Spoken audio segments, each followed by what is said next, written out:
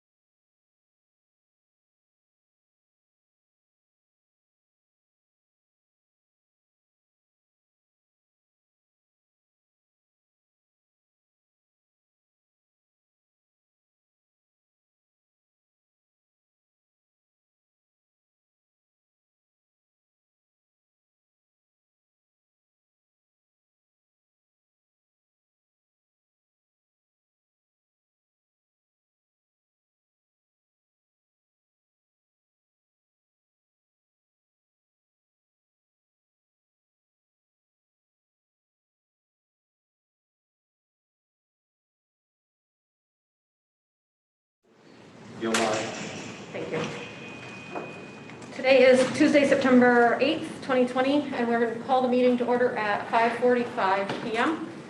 Agenda item number 1 is to say the Pledge of Allegiance. Pledge of Allegiance to the flag of the United States of America and to the republic for which it stands, one nation, under God, indivisible, with liberty and justice for all. We'll now do our introductions. We'll start with Bobby. Bobby David, Chief Administrative Officer. Aaron Podcat, Assistant Superintendent. Bruce Damon, representing Ward 1 and Facilities Committee. I was in physical at 2. Kevin Dress Collins, representing Ward 3, curriculum subcommittee. Jake Langlis, superintendent. Megan Parks, at large, and the chair. Tanya Whitlow, Ward 4, Chair of Negotiations. Olivia Hawkins, representing Ward 5. Ron Potvin, Ward 6. Ryan Donovan, Ward 7. Alicia Ray, City Council Representative and Parliamentarian. Agenda item number 3, the update on school reopening COVID update. So I'll keep my comments, I think, to a place where they're as factual as can be. And if you have any questions, please feel free to ask. A lot of work has happened, everything from facilities, getting materials and out to buildings, teachers doing a lot of PD online with Google, with Seesaw, with other SEL learning opportunities, and many more platforms so that we can be as effective as possible once we open the school year. Some schools in Maine started today, and so I guess we'll see on the news how some of that went. And we keep a pulse on those kinds of things. What's happening elsewhere? I was in conversation today with some superintendents in our region about some other things, and things seem to be gearing up to get back to school. In the governor's color-coded system, all counties except for York remained as green last Friday. York, of course, has the outbreak at the corrections facility, and also in the community is connected to the event up north, the wedding reception. And so that prompted them to be, I believe, at a 1.6% rate of positive testing, which was a threshold to shift to the color yellow. I bring that up for a couple of reasons. One is we are watching. We are paying attention to what's happening around the state and elsewhere, but also that for Lewiston Public Schools, because of the size of our district, we are already going with a hybrid model. So should our county shift to yellow, unless a decision is made differently, we would continue with our hybrid model. So I want to make sure everybody's aware of that. As far as the plan is concerned for Lewiston, if we find out, say, 2 weeks that we're yellow, that our plan and our model would remain for the hybrid. We've come across some challenges that we're still trying to figure out, and so I want to share a couple things with you. Some really big, some small, but nothing that at this point in time would prevent us from opening. Lunches have become a challenge, I think, in the work to build schedules. Teachers have in their contract an uninterrupted lunch, and right now we're working at preserving prep times, but that creates a conflict with students in the current schedule because we can't use our cafeterias to provide lunch to students because of the spacing requirements. And so there's a question of what time is an appropriate time to have lunch, and it's a challenge. We're trying to meet every piece of criteria in the state guidelines and the CDC, and also meet our collective bargaining agreement expectations. And so those kinds of things are coming up. And so we're working at those. Busing was updated as late as today. We have a couple of spots we can't provide for. One of them is a daycare or a learning center, but it's outside of the district that those students attend. And so we don't typically do that anyway. It's something that we would like to try to do, but being out of district, if we can't accommodate a small group of parents in the opportunity to get everybody else to school, we're going to have to be able to do that. So that's one area that's come up. Another is we have some students that go to the Woodford School down in Scarborough. We need 3 vans for that. We do not have the drivers at this point in time. So we're looking at alternative means to get kids to and from. And there's options that include paying parents to bring their own children to that school because of the situation we're in. And I have a message out to the Department of Education because there are specific requirements around criminal history checks for people to be able to transport our students. And then there's other situations where DHHS uses organizations like Community Concepts to transport students. So we've got some calls out. We're trying to find out who can meet which criteria. But as of right now, I believe there's 7 students that go to those schools in Scarborough, and I don't have a ride for them yet. So we're still working on that one. Another conversation came up as it relates to students who attend Connors Elementary School. This is a sensitive one, and I'm just going to be open and honest about it, that if we didn't take any kind of different approach, that we would have to use double runs to this school. And working with Principal Ferrara and talking about how that might disrupt the start and stop and instruction, he was of the strong opinion that if we have to do double runs, they would figure it out, but it's really cumbersome to do. And so because we don't have enough drivers, one option that came up was to have kids that live under a mile, which is permissible. Many districts do 2 miles. To have kids who live under a mile away that are in grades 3 through 6 could walk using the path. And Don has volunteer teachers that have said that they would go out and they would be out on the path and be there to help guide the kids, supervise them, if you will, walking up. And so that we would still bus the kids K to 2, but if we don't have those kids walk again from under a mile, we'll have to do those double runs, which disrupts the day. So we're looking at that. As far as transportation goes, I want to give kudos to Don Rancourt and Peter Willett and Alyssa Roman, who was kind of sitting over here on the side. The work that they've done with this puzzle is absolutely amazing. And Bobby Avery for her help leading that team. They've split runs in 3 ways. They've split runs in 2 ways. They're monitoring numbers of kids on the bus and how many kids can fit, whether it's 1 per seat, unless there's a sibling, and what's that total number, and you name it. And it's been quite a puzzle to put together. But as of this morning, Dawn Rancourt called me and she said that we have it. We minus these 2 spots or 3 spots really of deficiency, we have it. And so we can start school on Monday as it relates to busing, a few walkers, an out-of-district learning center that we can't provide for, and then the Woodford's students that we have to still try to figure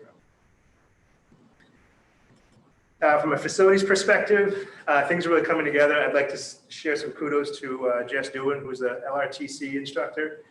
I work with Rob Callahan.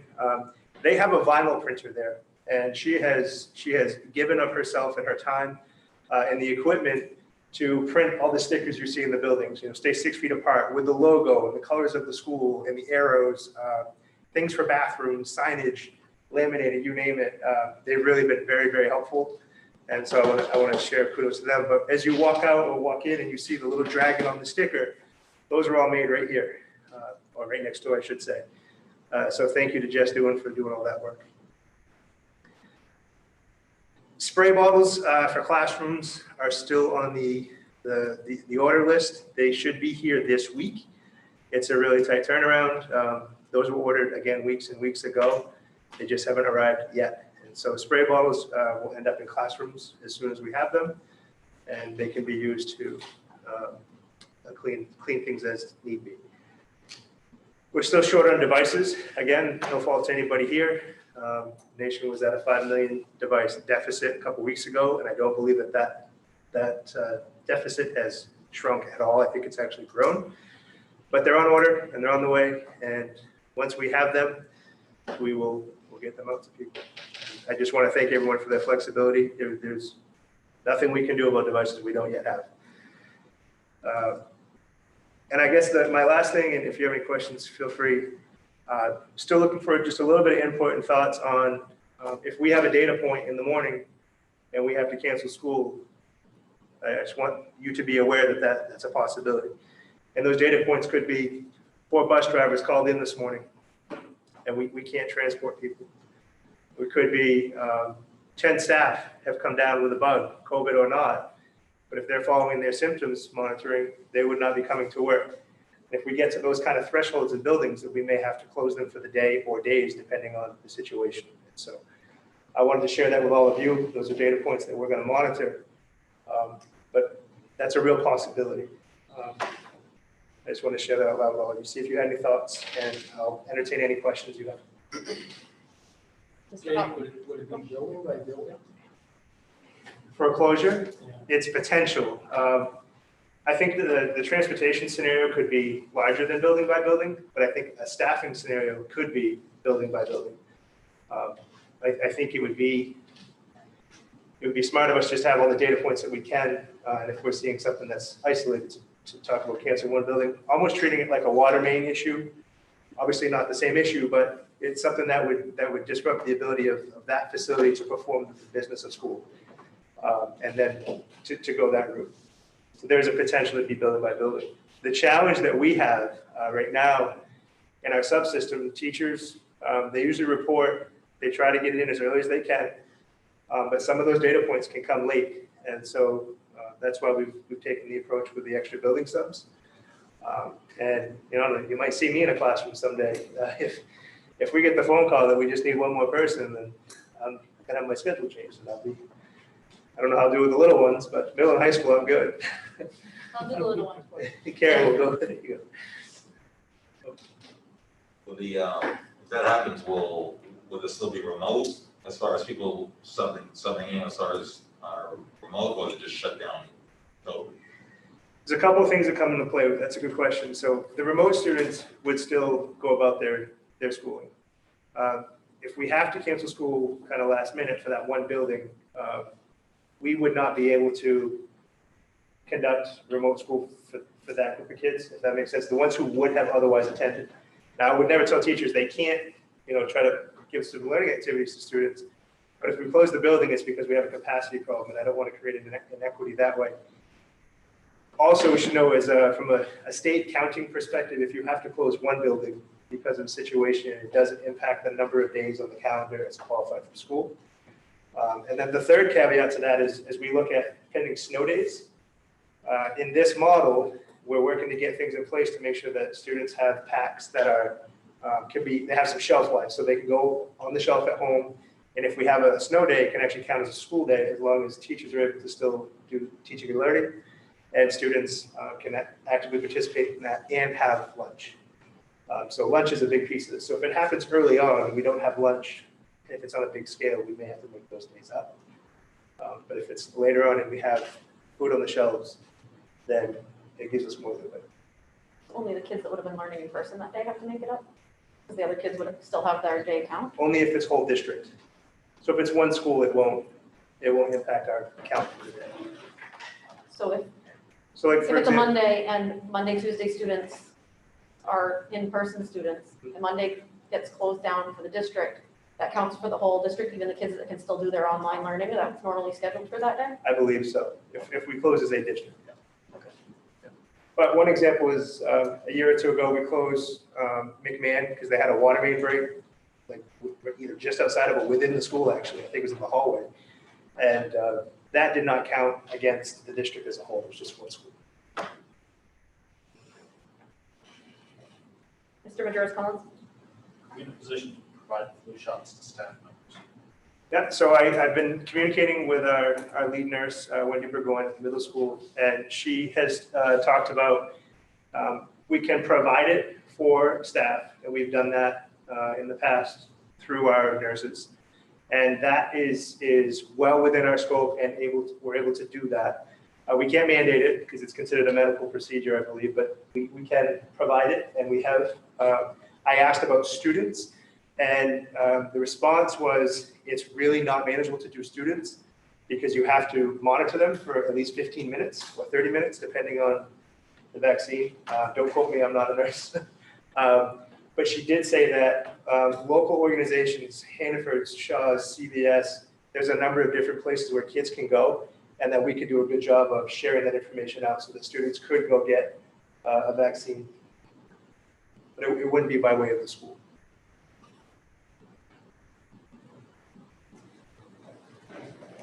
Jake, two areas of clarification.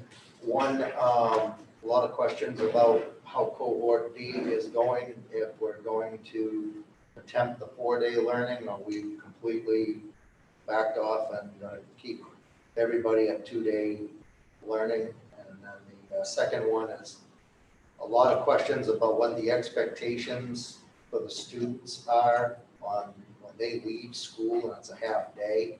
What's happening in the afternoon? Is there remote that's going to be happening there? Is there other expectations?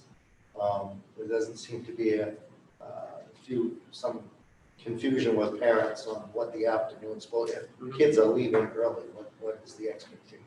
So my quick answer is that information will all come from the school.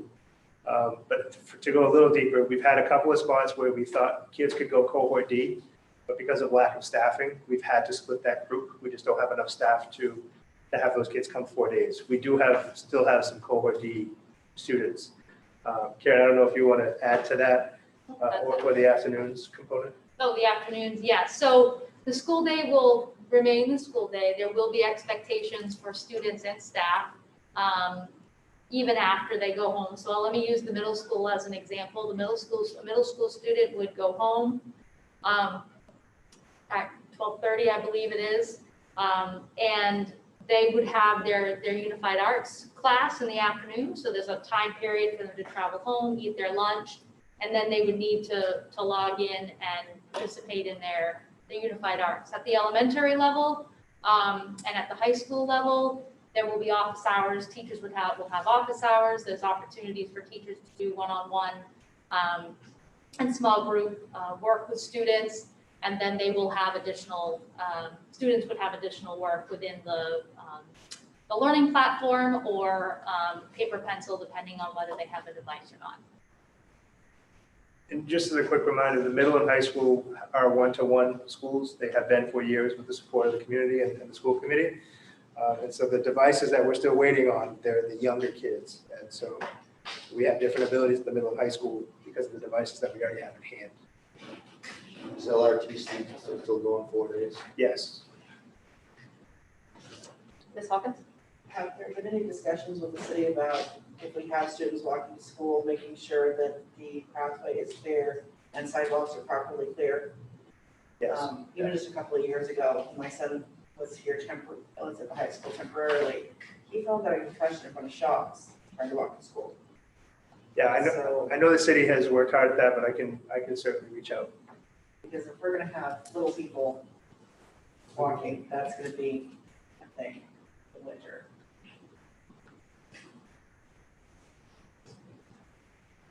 Ms. Whitlow? I want to piggyback a little bit on what she just said, because I think one of my biggest concerns is the 3rd through 6th graders walking up to a mile.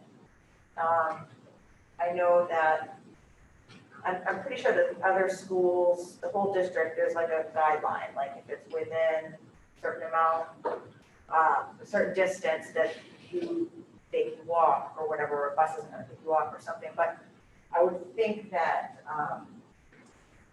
most students, if they were too far away, their parents would drive them.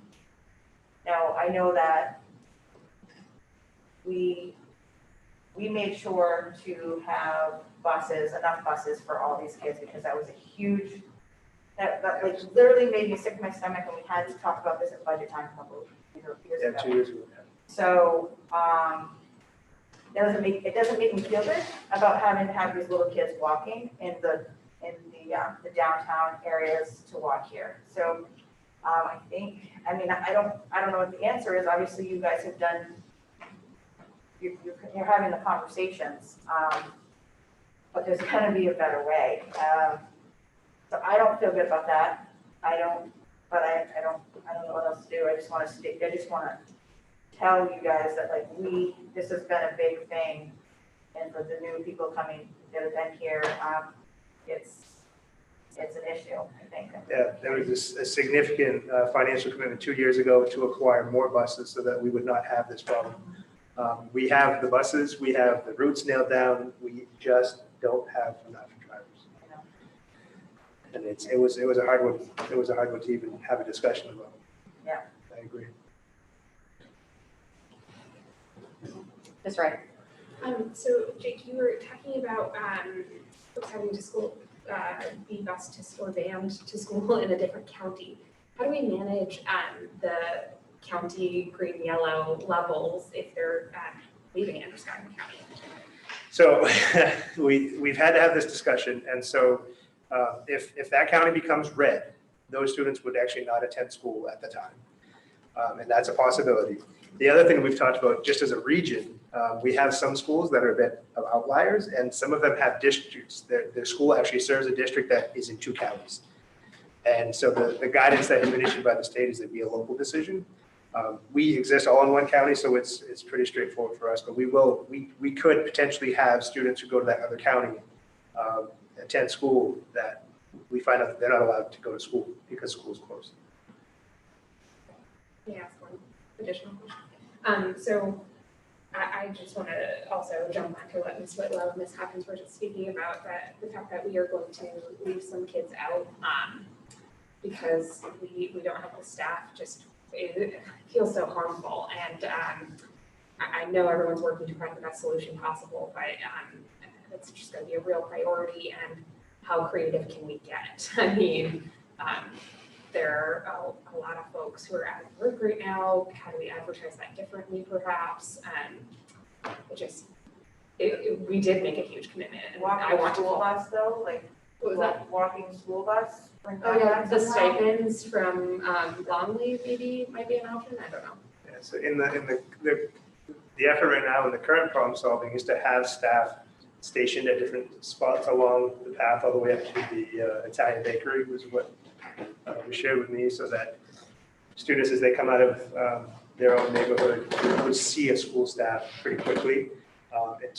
One idea was to not use a walking school bus because it encourages kids to kind of bunch up and stay together, and we're trying to socially distance them to station staff so that they could make their way and always have school staff in sight.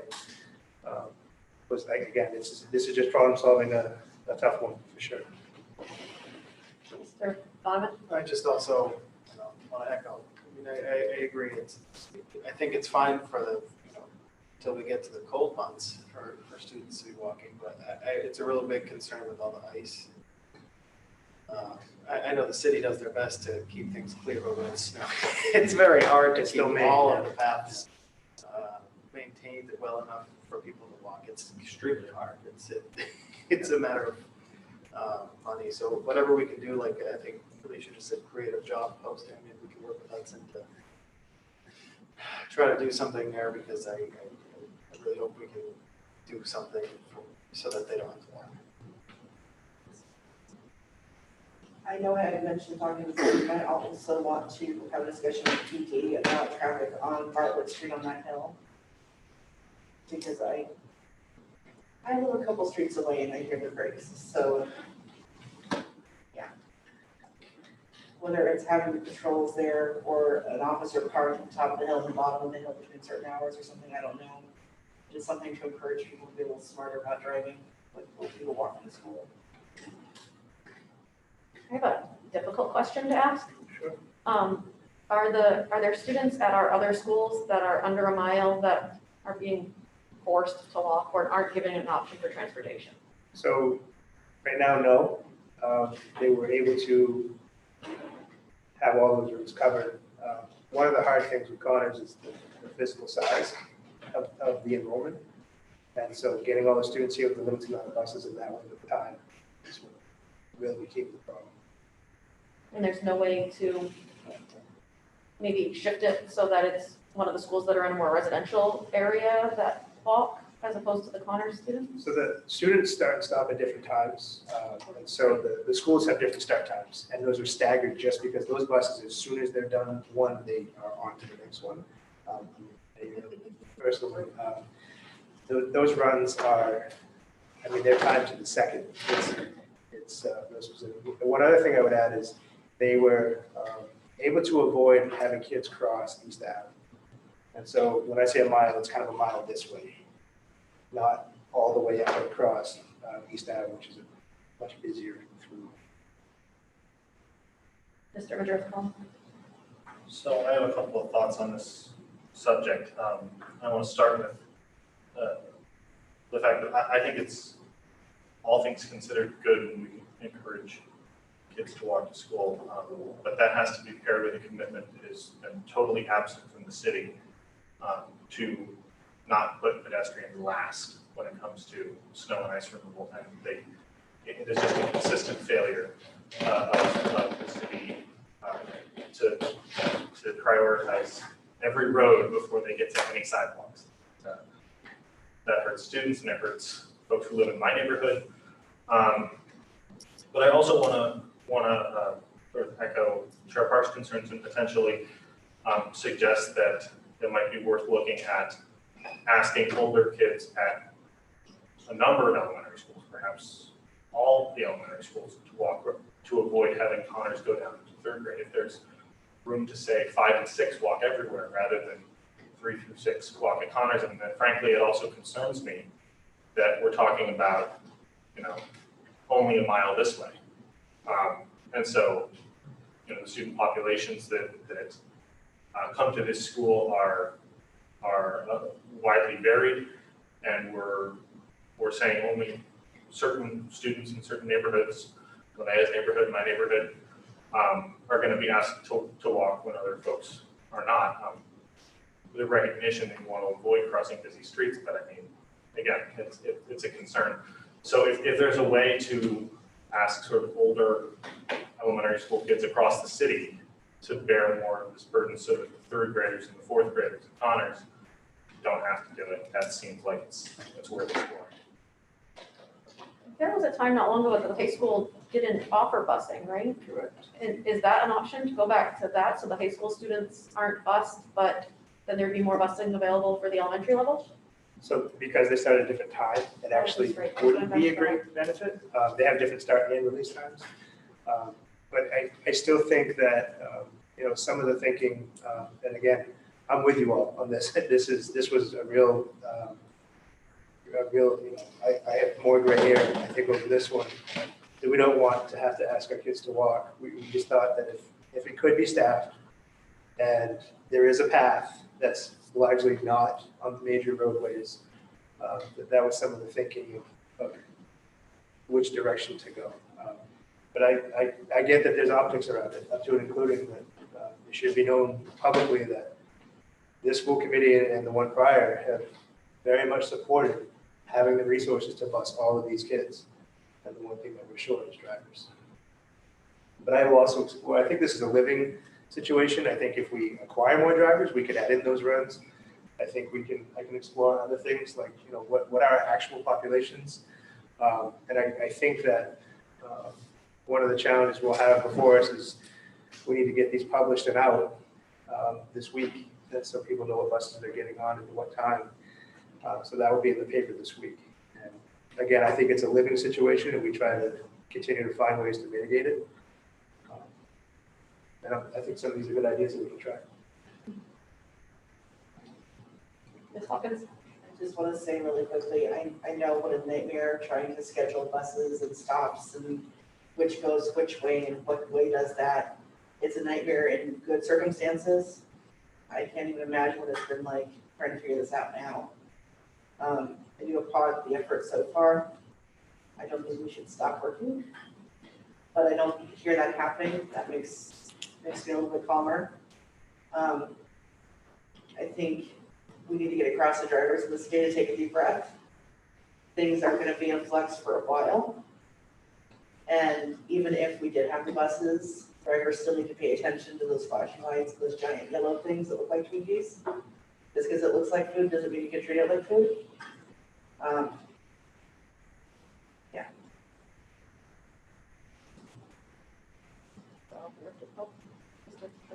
If the school hasn't heard from if the parent hasn't heard from the school yet, so they start calling in. But someone called me today saying that they haven't heard from the school yet. Yeah, so people should have heard from their schools. If they haven't, I would recommend that they start calling in or emailing, whether it's teachers and or administrators. Messaging is actively going out. We actually have people picking up devices today at one or two schools. And so throughout the week, there'll be people getting the things that they need to get things going with the resources that we do have available. So yes, it's a good question. If parents have not heard yet from their school, please check your email and reach out to the school. When you contact the school though, please do your best to make sure that your contact information is up to date. Sometimes that's the challenge. I know when I was at the high school, we'd have as many as a third of our students that we didn't have either the right address or the right phone number, one or the other. And some people both, so that's helpful to get that out. I'd also say check websites, things of that nature. There's been a lot of information posted by individual students. So, good question. Ms. Whitlow? How many drivers are needed to have all of those children picked up? We've talked about this a number of times. The list is right behind you. I want to say it's either 2 or 3 to complete the run for Connors. But I know that they were 3 vans short, 3 drivers short, and those students have some needs, so that needs to be 3 separate vans. So I think that to do it all, 5 or 6, I don't know if you want to add.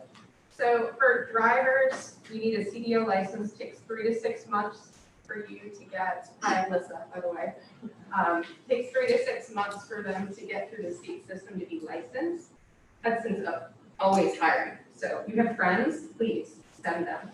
So busing to make it fully work for the district, we probably need, we're down to about 9 bus drivers right now. We're also down approximately 6 van drivers, and then we're down 8 on top of that. And so to get Connors fully rolling, how we would like to see it, how it's budgeted for, we would need 2 drivers and 2 aides on those buses. That's what we budgeted for, that's what you guys have budgeted for, that's what we need to fully operate that Connors route. So 9 bus drivers would be 18 people or? Yeah, so they're short people, but CDL licensed, whether they drive a minibus or a full-size bus, you need a CDL for that. The vans do not require CDL? Note that they have their background check that you have to pass as far as safety measures and training. So it's nice to know that we have that in place though, so it's not just someone driving down the road. Yeah, that's the one I drove when I was practicing for CDL. Yeah. So, Just can I add to that from the so the CDL piece, of course, for the bigger buses, but also the background check is a big deal. So we have reached out to other local bus and transportation companies, and Alyssa's office has helped do that. And they've reached out to say, do you have anyone that's laid off? Do you have anyone looking for work? Do you have anyone with the licensing? And one of the bigger issues that we find is background check. And so we can't just put kids in any vehicle with any driver. You know, there has to be those specifications met to do it properly. That's one of the areas where we have a shortfall now. There may be people out there who have a CDL who are laid off who could work, who would not pass the criminal history records check to put kids in that vehicle. Is it the CHRC? Is it that same? Yes. yeah, I had a question. So can we have the chair reach out to Sun Journal and have them write another article and do something? I think that us sitting here, we can't really do much, but I think that like, we make a YouTube video. I mean, goodness gracious, when Bill Webster did a musical piano and everything else, how many hits he got on that? I mean, why can't we do something to say, this is what we need, our kids need something?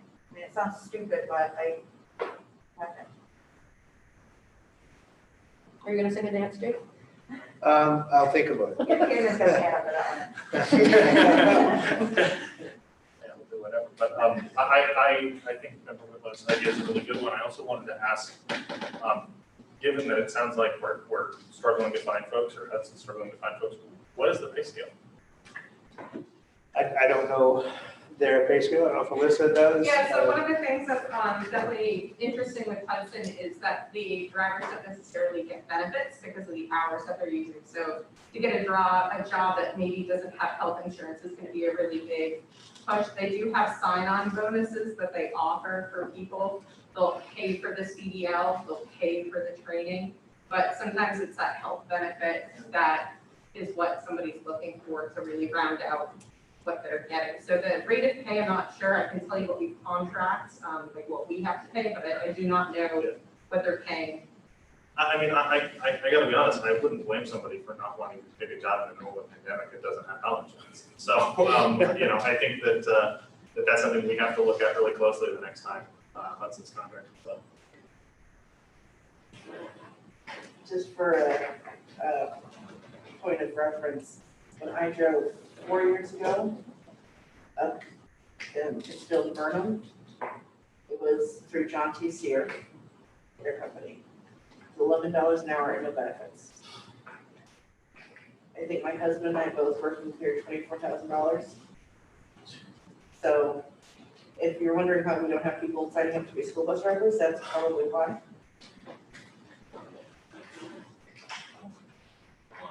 Is there a shortage throughout the regional school districts as far as bus drivers go? There's actually, so we reached out to, or Peter did to STA to see what else they could do. Sometimes they've actually sent resources from other states to actually bring drivers up to Maine. They've done this in Lewiston in the past.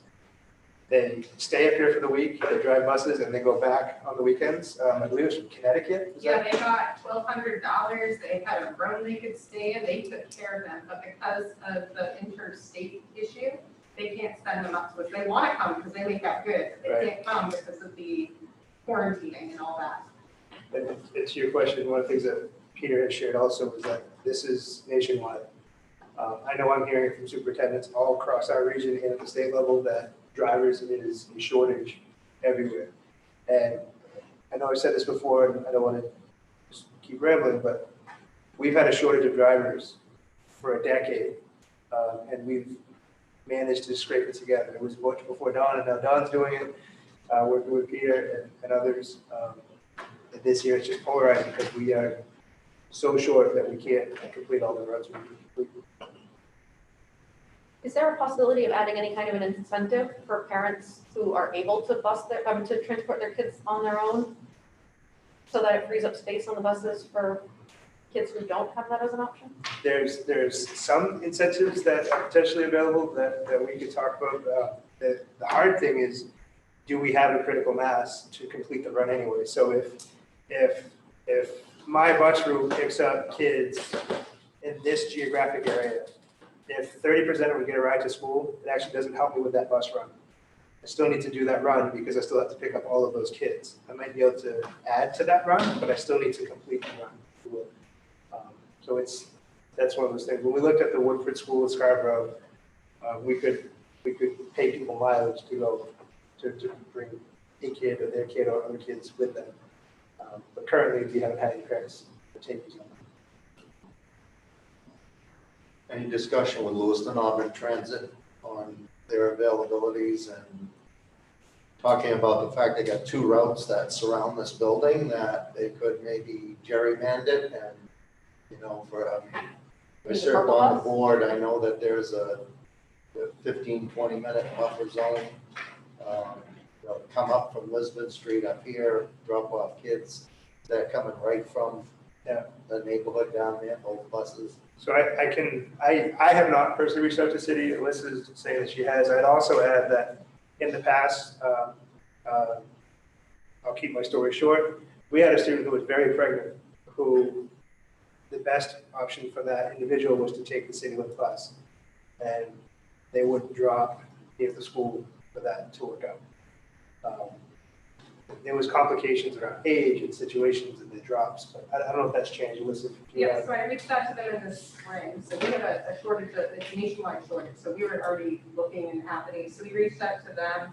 They're held at AvCog is where they're held in Auburn, so I reached out to them, talked about the routes, because the closest one is like Shaw's and down there, so I said, what would it take? So we already know we have LRTC, we have the high school of Connor, so it's very strategic on the timing. They are in the process, they told me, of rebuilding some of those routes in general because they're older. And then when I mentioned students or the ability of working with them, they're not opposed to it, they're definitely on the table, but is there anything concrete? We could certainly reach out and say, can we make it concrete? Again, safety, background checks, that comes into play. Who else is on the bus? Do we have to have people sign waivers? Do we not? Like, so that kind of consideration, but I know, that's something we've looked at and talked to them, so I do have a contact there. We did reach out to Northeast and they said that, I'll spare you the details. I think it was just their conversation, but that they would use their own buses, their own drivers, but it was extremely cost prohibitive.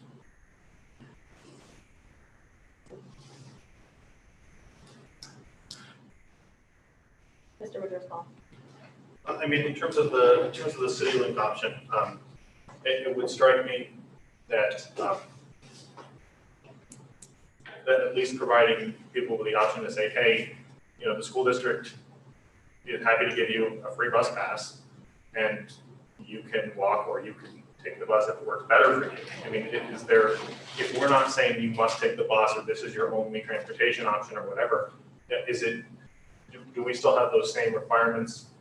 If we just say, one of the things we're gonna do to help people out this year is Lewiston students are gonna get free bus passes on city buses. I mean, and then it's no different than if they ride in a private car to school, the driver of that car doesn't have to pass any kind of checks or anything like that. I'm wondering if that's a possibility. I think it's worth an ask. Seems to me that maybe it's way too far in the past, but my kids were at high school, which is a long time ago. They were given bus passes, and a lot of the high school kids did ride the city bus because there wasn't dedicated busing to the high school. Would that be an option to look at, for particularly for the high school? I mean, those kids are older, they're better able to, you know, adjust to who else is on the bus. And I'm not saying that they ought to just be thrown at it, but would that free up a bus if we could do something like that? So, we did have a conversation about getting bus passes for the high school kids. Alyssa, did you reach out to them to inquire costing? Yes, so we did not get a definitive back on that. And I think what you're gonna talk about is timing of school start day. So high school and middle school, we don't need as much buses to get them there. So unless one of the elementary schools was starting significantly earlier or later, it would not free up those buses. Because as soon as they do the high school and the middle school, they're immediately doing an elementary school. So it really comes down to the timing of when the school day starts and can we build capacity within that, and then it would free up buses.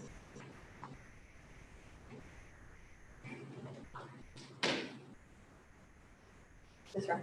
Only other thing to contribute to the conversation, just because working on the county budget committee currently, Western Maine transportation, it might also be another option. I don't know their availability or anything like that, but they're here in Lewiston at times doing some routes, and so I just know they've been trying to get, I think it's the blue line going up to the ski areas, and so if we get into winter and ski areas aren't even open, then maybe they have some availability. So just another resource, and as we're talking about LITC, Dennis Dote, the city administrator, is the chair of that, so it seems like we might have slightly more. Last time we checked, they did not have the credentials to transport our students. So when we looked into Western Maine transportation, unfortunately, they did not meet all the criteria for background checks. We'd love to use them. Yeah, that would be great. Ridership is up, but. And just, again, we've been scratching at this for weeks. I asked the Department of Education directly, are there any modifications because of the state of emergency or anything of that nature? I'm not looking to put kids in a bad situation, but could we use an organization that is established and certified and has a safety record that we could refer to, something of that nature? And it was a very clear and clean no, that not only have they not adjusted or modified any of the required credentials, but they say so explicitly within the documents that are there to advise open schools. So there was no room there for something like what Alyssa just mentioned. I asked. And just to clarify for you guys, we do have walkers at other schools besides Connors. Connors isn't the only one. We do have a policy in the manual for walking to school that was set by the school committee that we adhere to. So 9 through 12 is 1.25 miles. Under that is a mile. And we have taken and measured the path and the walking distance to make sure that we were not fudging it or assuming anything. So that work was done to make sure we're not, and having a student walk where not needed or things like that. And the furthest one that they were aware of that might otherwise be in a bus was 0.8 of a mile. Correct.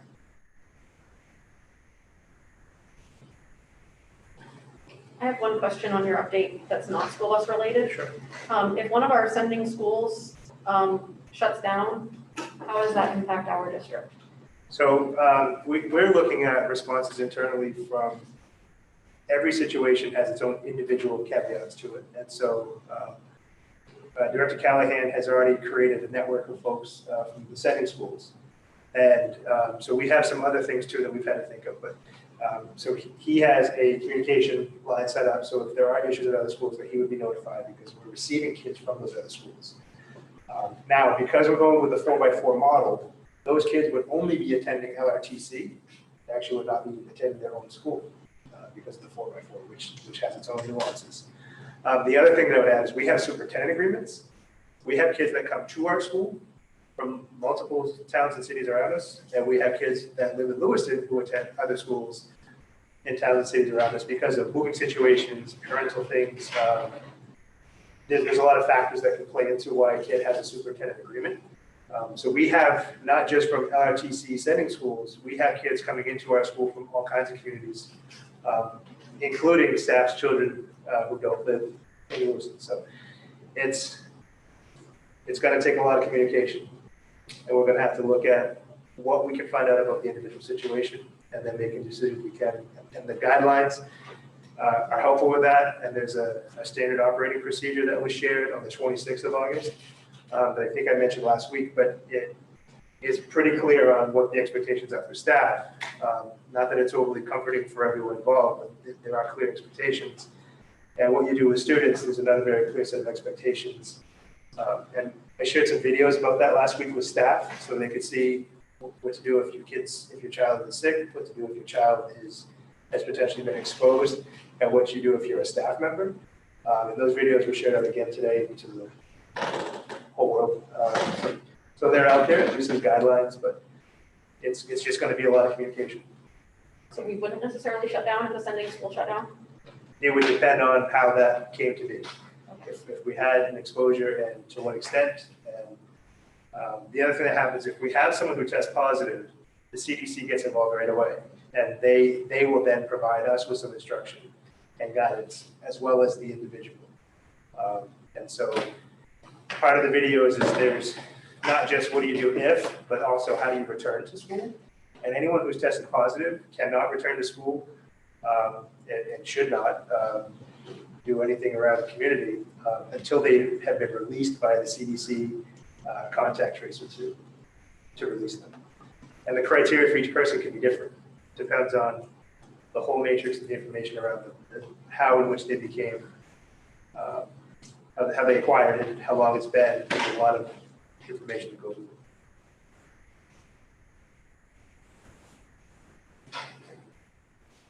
Agenda item number 4, the consent agenda. Are there any items that members want to have removed from the consent agenda? Hearing no objections, the consent agenda is adopted. Agenda item number 5, public input. Members of the public may address the school committee for up to 3 minutes on non-agenda items now or on agenda items later. Comments that pertain to staff, personal matters, or a student issue should be directed to the superintendent or the appropriate staff member of Lewiston Public Schools. Public comments shall be directed to the school committee and be brief, not repetitive, and related to the matter at hand. Before starting, please state your name and address.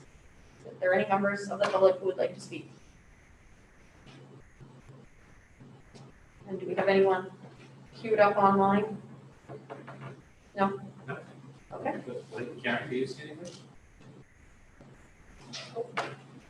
Agenda item number 6, to receive and approve the second reading of the procedural rules.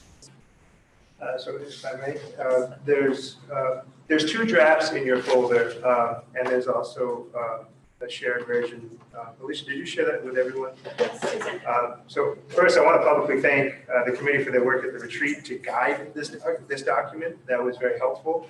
I also want to thank Member Ray for her help with Just some charter related things and some language around just transparency, some things that I was struggling with is how to word it.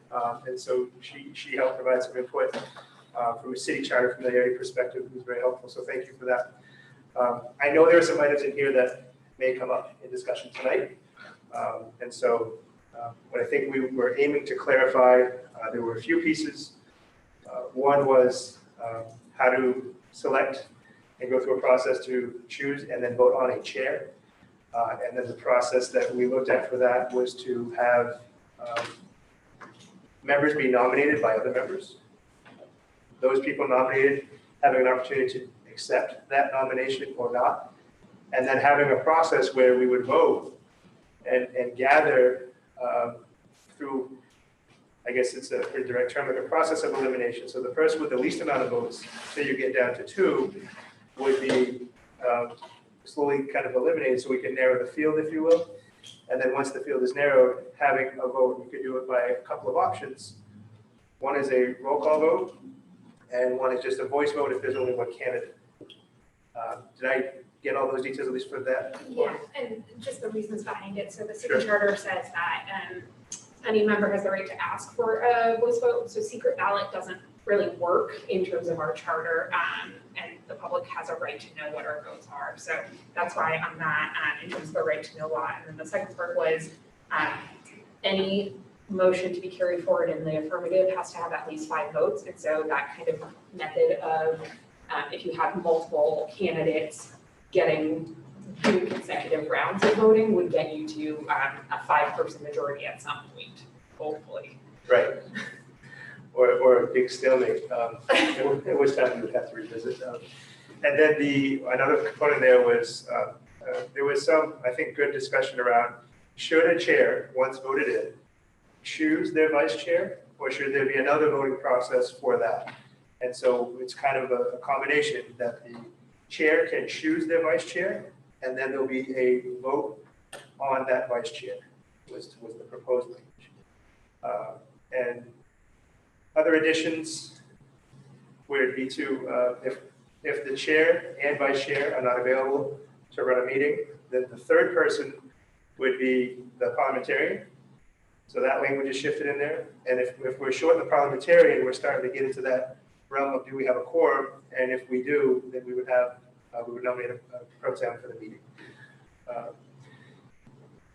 One question that I had, and I guess I want to pose it to the group, was if you want to change the procedural rules, I've seen this in 2 different ways in 2 different places. One is just by a simple majority, and one is by a 2/3 vote, because you're voting to change the procedural rules. And so I don't have a particular sticking point on either one, but I did leave a note in the document as a question for you all to think about. Mr. President. I'd like to actually make a request or a motion, however you want to label it, about adding something onto the procedural rules. That's all right, unless you want to do the dialogue, or what you just asked first. No, if you want to make a motion, you can go ahead and make a motion. Okay, I'd like to see if we can add, with all the talk about systematic racism and stuff, I'd like to see if we can add a subcommittee for that. Regards to race, dialogue, youth access to our programs. Obviously, with the vote from last week, there was a lot of conversation around those pieces, and I think for us to kind of push forward and kind of make some small steps and to kind of get in the right direction, I think we need that.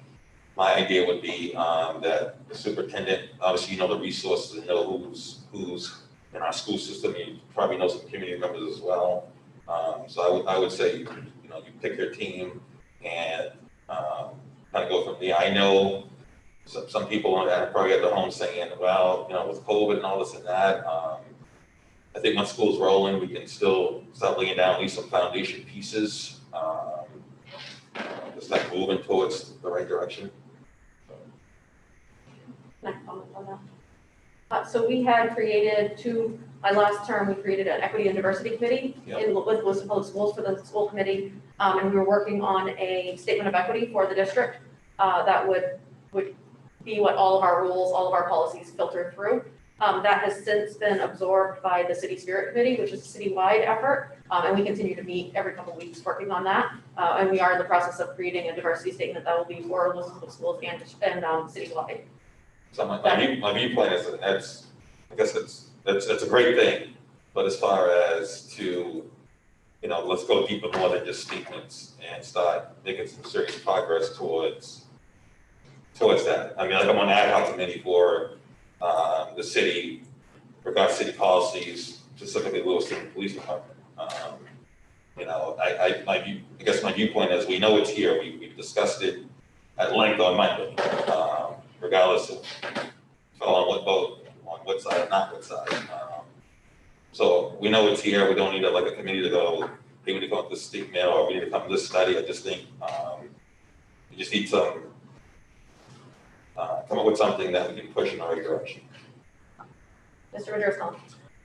For purposes of discussion and also because I love the idea, I'm going to second member Physics' motion. I want to say that I think that the Equity and Diversity Committee in the last term, and the City Spirit Committee, and the equity statement is all wonderful, and I am very excited to see that statement when it comes before us, whenever that is. But I agree with Mr. Physics that there is much more to do on this issue. I wanted to ask a clarifying question to you, just because you suggested this as a subcommittee of the school committee, but then you also suggested that perhaps it would be run through the superintendent. And so I was just wondering if you wanted to structure it in the same way as our other subcommittees are structured, as a composition of school committee members, or if you were looking to do it more through the superintendent's office and cast a wider net than just school. Cast a wider net than just the school committee, just because there's so many other players involved with community collaborations and other employees of the school department. Yeah, I mean, I think that makes a ton of sense.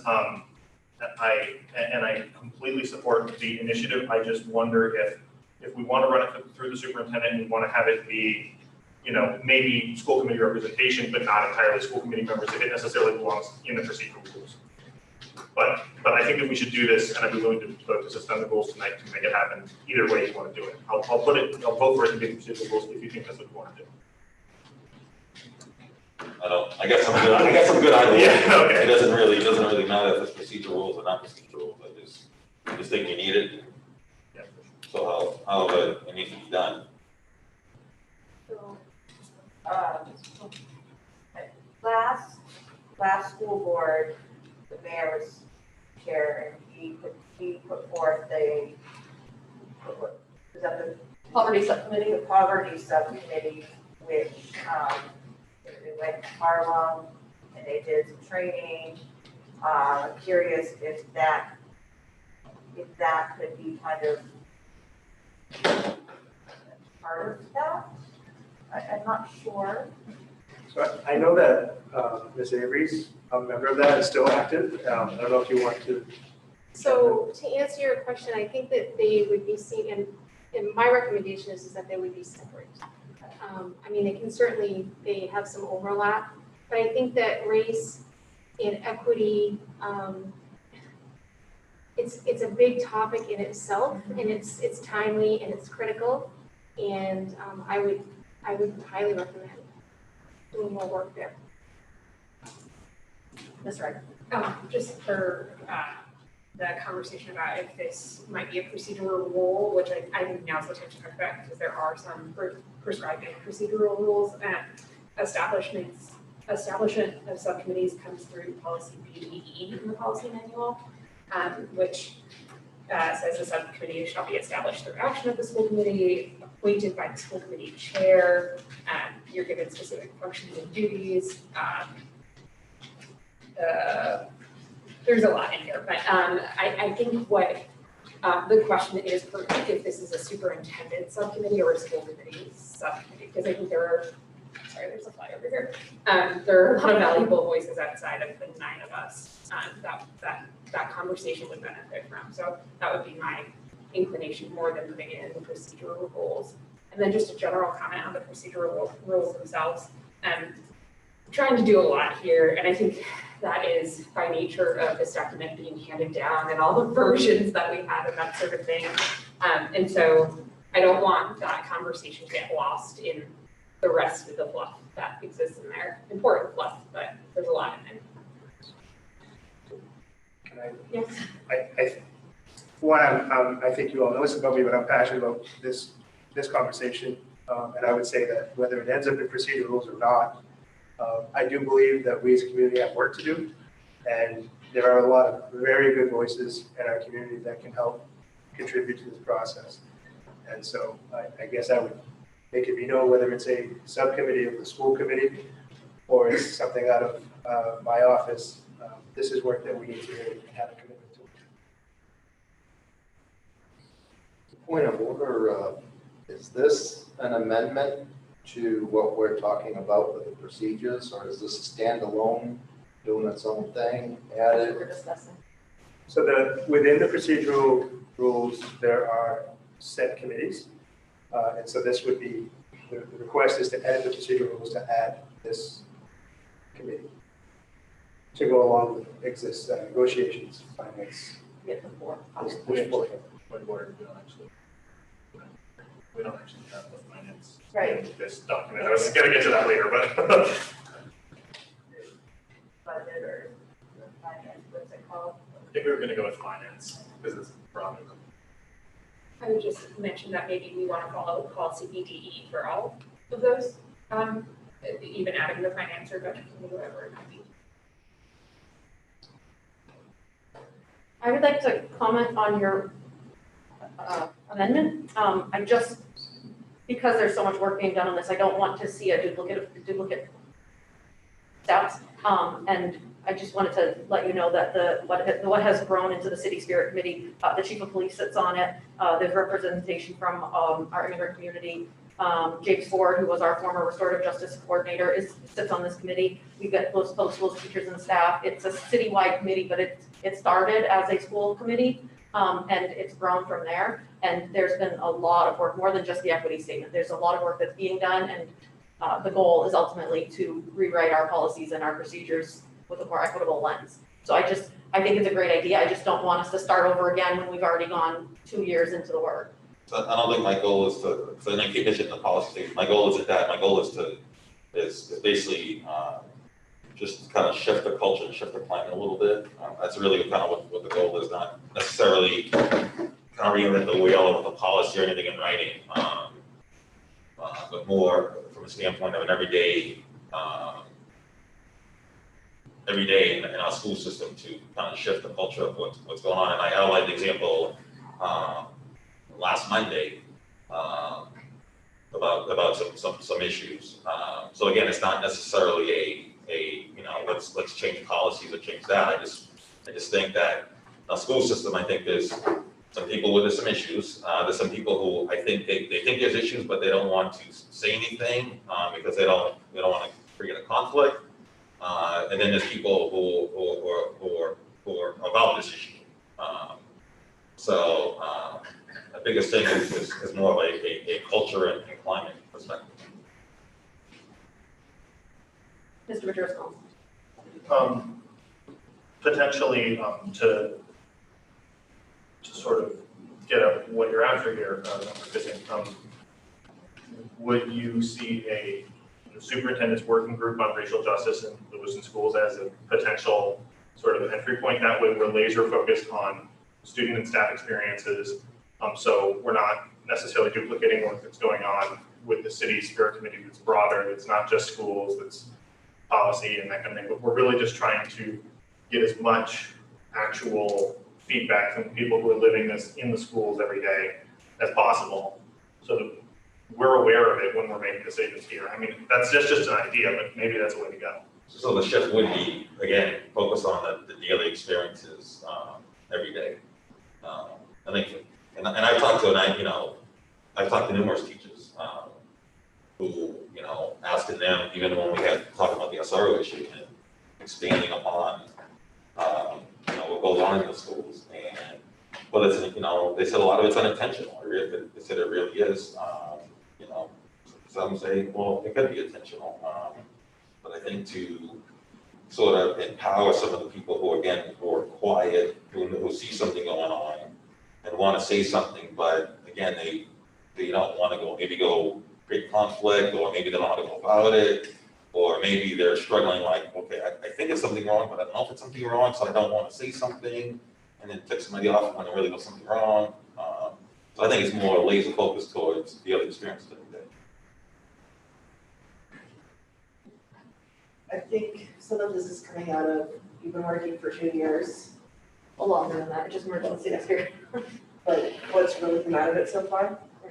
I think this is kind of like, what have we seen and we're not seeing, and that's because of the this is coming from. In my experience with this city and many cities, we start committees like the parking subcommittee and whatnot. The people you're looking to help, how many of them are actually on those committees? The majority of them on this.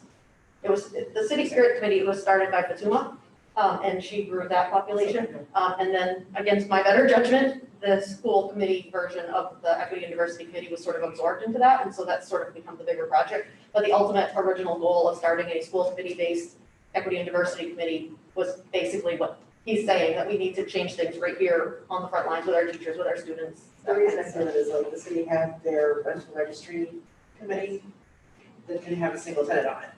Right. It was full of landlords.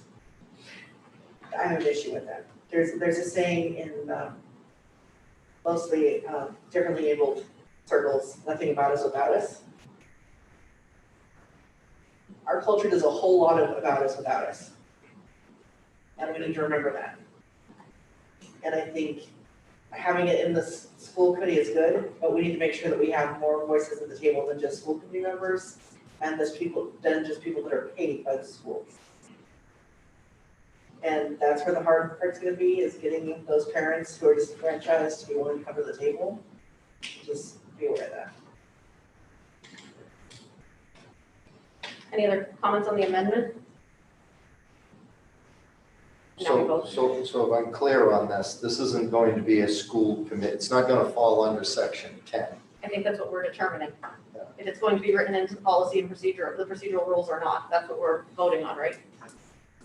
Right, but policy 10 addresses school committee subcommittees, not ad hoc public committees of the public. So there's just two animals here. So trying to figure out what. So are we voting whether or not we're adding it to that cluster of school committee purview, school committees, or we are not, and it'll be a separate committee?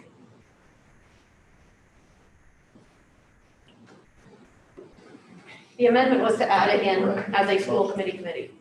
So the policy BDE, which I think is a good point that was brought up, that the school committee can establish subcommittees. It has to happen from its membership, and that be agreed upon. This criteria around what those are. And so it's within the purview to do it, but I would also say that the makeup of some of what Mr. Physick described might be a larger scope than school committee. Right, so like when we were doing PBL, we had a school committee PBL committee, and then we had like a parents and teachers PBL committee, and we had a bunch of different committees that were all the PBL committee at different tiers. And those were not written into our policy and procedure, they were just something that was created by the school committee. So I guess what we're voting on is whether or not we're adding it into the procedural rules or not. Correct? Sounds as though it's a bigger, grander scope than the school committee to me. But I think it's a great one. Now that I'm understanding what you're wanting, I think it would be very beneficial, but I don't know how to go about it. I don't think it's in this document, but I think I don't know how we go about doing it, I guess. I just think as I process it, I think it may be better served as a committee by way of the superintendent's office, because of the scope of what we're looking at trying to do. And of course, any recommendations that are developed there could be brought here in a way that don't have to be recommendations from the school committee subcommittee. And so I think the function of it, I'd love to see it supported by the group, could happen as not a school committee subcommittee. So if it goes to the procedural rules with the finance and everything else that's in there, then that's limited to school committee members as its makeup, correct? Yes. Okay, and that's not the what you focus want, would right? be described by. Right, okay.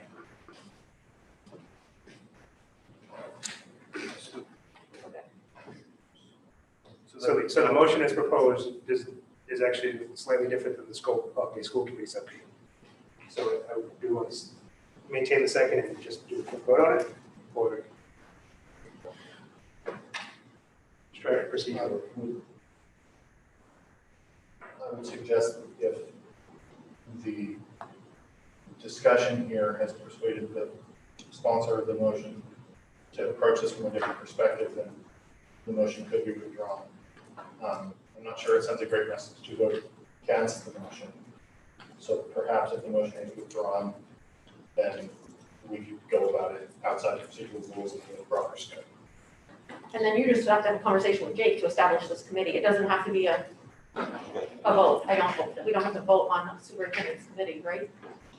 No. Okay, so then that, I like to see a vote for support, maybe not a vote per se, but I like to see a vote for support for it. I think we all have to support it. I don't see why we couldn't vote.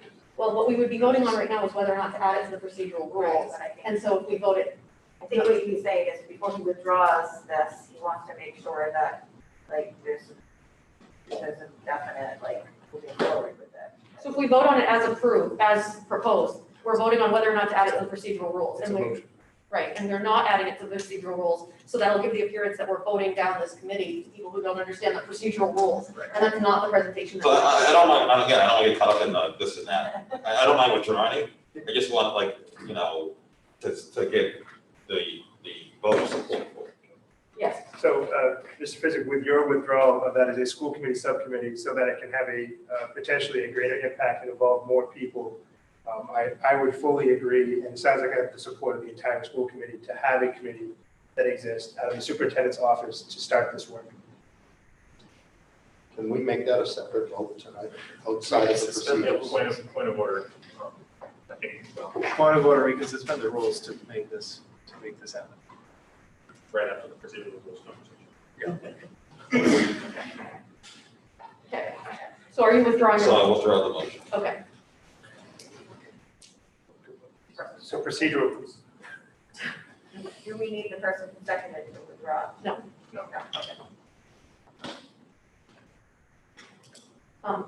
so further discussion on the procedural rules. Mr. Vittor's comments. This is just a housekeeping motion that I move that we add a finance committee as discussed at the school committee retreat to the list of subcommittees. Any discussion around finance committee? And we have to do roll call votes now because we're doing webinar. Word one, Yes. two, Yes. three, Yes. 4, Yes. 5, 6, Yes, 7, Yes. myself, yes, Ms. Fred. Yes. Look at us. And then we had spoken about having a discussion at our retreat regarding defining absences and unexcused absences onto our procedural rules, and then that didn't happen. So I didn't know if we were going to have that conversation now.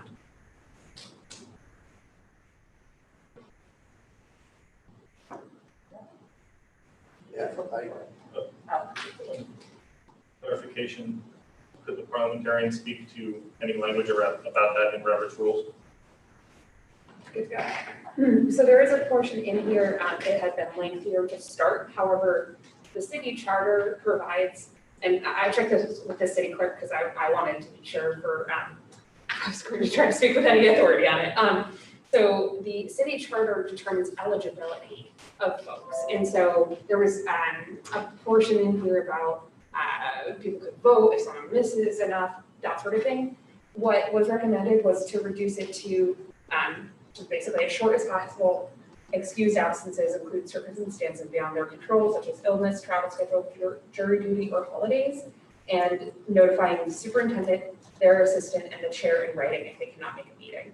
But that is obvious, that could be up for discussion, but within certain bounds, I guess, is what the clerk was trying to express when we spoke. And that language is not in the charter, What language?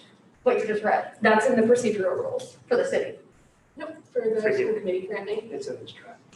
Oh, you've added it, Yes. okay. Sorry, my laptop But died. we're in conversation with what already exists and trying to find a way to make that work for however. Mr. Majerus calling. Sorry, I look at you, I forget to call on people. So for further clarification from the parliamentarian, the city charter establishes that a member ceases to be a member of the school committee if they miss 3 consecutive meetings with unexcused absence, right? Regular meetings. Right. Fails to attend 3 consecutive regular meetings of the school committee without being excused by the chair, or in the case of the chair, by the school committee. So if the chair had to miss 3 meetings, the school So- committee votes on excusing or not. So to me, and maybe other folks have a different perspective on this, it seems like the charter lays it out pretty clearly. It's the chair's discretion whether an absence is excused or unexcused. And it's 3 consecutive regular meetings, and that's really handled by the city clerk's office in terms of eligibility, I would think, right? So I think it's really vague where it says the excused versus unexcused. I think, and some of the things that I've been reading up through Roberts, it says that Roberts is obviously the backup, and having your procedural rules be as well defined as possible is the recommendation of Roberts Rules of Order, so that we have our own thing to fall back on. We don't always have to defer to Roberts rules. So having excused versus unexcused defined seems like it makes more sense than having it just be at the discretion, because then having it at the one person's discretion whether or not it's excused or unexcused is doesn't seem very firm or well defined. I agree with that, but as the charter reads, to my mind, that's what it boils down to. That if there was ever a court case about whether someone was still on the school committee or not, it would come back to the charter, and the charter says excused by the chair and doesn't give any other language. Now, maybe we want to provide the chair's guidance, but Yes. No, unexcused. No, it just says unexcused. Yeah, it doesn't say anything about that discretion of the chair, does it? So as the chair, what do I have to, if somebody calls me up and says, hey, I'm not coming to the meeting, what do I use to determine whether or not that's excused or unexcused? That's all I'm saying. There should be parameters in place that define what is excused versus unexcused. This proposed language Right. gives you that. Yes. Okay. So the procedural rules would encompass that going forward. And if something didn't fall into illness, travel schedule, jury duty, or holiday, I think it would be unexcused. I got better after, seems like a good reason for an unexcused absence, that sort of thing. Well, Sorry. It does say circumstances beyond their control such as, so I mean, it's not limiting to those 4 things. Circumstances. It's pretty, I mean, I agree with adding that in there, it's pretty, I mean, to be honest, it's writing it down, and then in my opinion, it's the same thing as your discretion. Because it's still saying circumstances beyond their control. Having sat on the committee when we had to have somebody removed for not coming to meetings, I know that there was a lot of discussion, and that was, I think, 4 years ago, around, well, how do we know if it's excused or not? And the person said, well, how do I know if it's excused or not? Your rules don't tell me if my absences were excused or not. So I think it's important for our policy to be as clear as possible, so that we don't have the variation of, well, this is vague, so I can translate it this way, and this person can interpret it that way. And I think just having our document as clear as possible makes it easiest for everyone to understand the parameters. Mr. Poppin. Other boards that I've sat on, usually the chair would announce a member's absence in the beginning of the meeting and declare it whether there was an excuse, not the reason, but just the excused or unexcused, to put it on record. So Do you know what they used to determine if that person was excused or unexcused? whatever, pretty much the policies that we agreed to as a board. So, you know, and I just think it's sober thinking. I think it's pretty, I mean, like you said, things beyond someone's control, you know, and, you know, a person can bring up the issue, it's like, why wasn't this excused? You know, someone's in the hospital, and this and that, or whatever, it's, you know, it'd be what we consider reasonable. Yeah, no, I mean, so pretty much leaves it up to the chair. on what's reasonable. I think the bigger question is that, how many times can you allow someone to call in, right? Right before the meeting or whatever, and it's out of their control why they can't be here, but how many times do you let that person do that? Because for me, I mean, for most of the time that I've been on the board, most people come all the time. I've maybe missed maybe 3 meetings in 3 years, you know, so there's a lot of information and votes are important.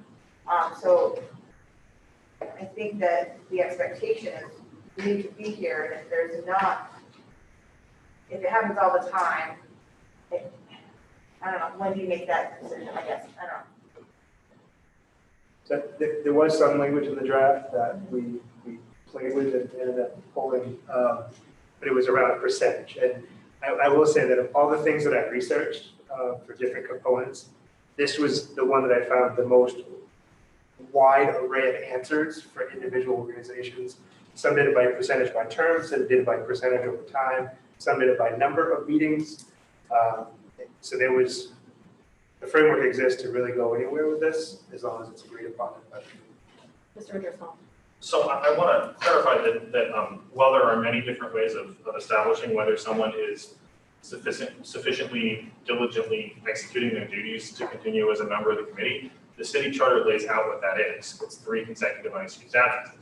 So if someone is missing 2 meetings and coming, and 2 meetings and coming, and 2 meetings and coming, it doesn't matter whether this committee feels like they're not doing their job properly. They're consistent with the city charter and they continue to be eligible to hold office, as much as we might not like them. I would also say that in terms of the procedural rules, there's a basic reasonableness standard associated with whether an absence is excused or unexcused. That can be an evaluation of the circumstances, an evaluation of the kind of notice provided, an evaluation of the person's history in question, but it's impossible to create an exhaustive list of all the reasons someone might have an unexcused absence from a board meeting. So I would really try to steer us away from trying to delineate every possible reason someone might not come. Yeah, I definitely don't think we want to list every possible reason. I don't know that anybody's advocating for that. It might be unreasonable for one person, might be completely reasonable for another. Right. Which is why I don't think one person should hold that authority to say whether or not it is or is not excused. I think if we have a framework in place, then we can kind of identify it through that framework. I mean, obviously we can't touch on everything, but if we have just a very, even if it's like 5 minutes before the meeting and somebody has an emergency, the part about just notifying, just giving notification, like those kind of things, that just put some sort of framework in place. And this is why, when I start talking to people about who wants to take this the afternoon, we're gonna talk about, you need to learn this stuff ahead of time. Because I was not brought up to date on that, which means there's been a very sharp learning curve. Right, So, that's right. So I think you all know if there's not a framework for something, I go to what we do have. That's somewhat relevant. And so as I think about the city council procedural rules, there's no clause about absences unexcused or excused. And so that's a key difference between the 2 documents that we would be referencing.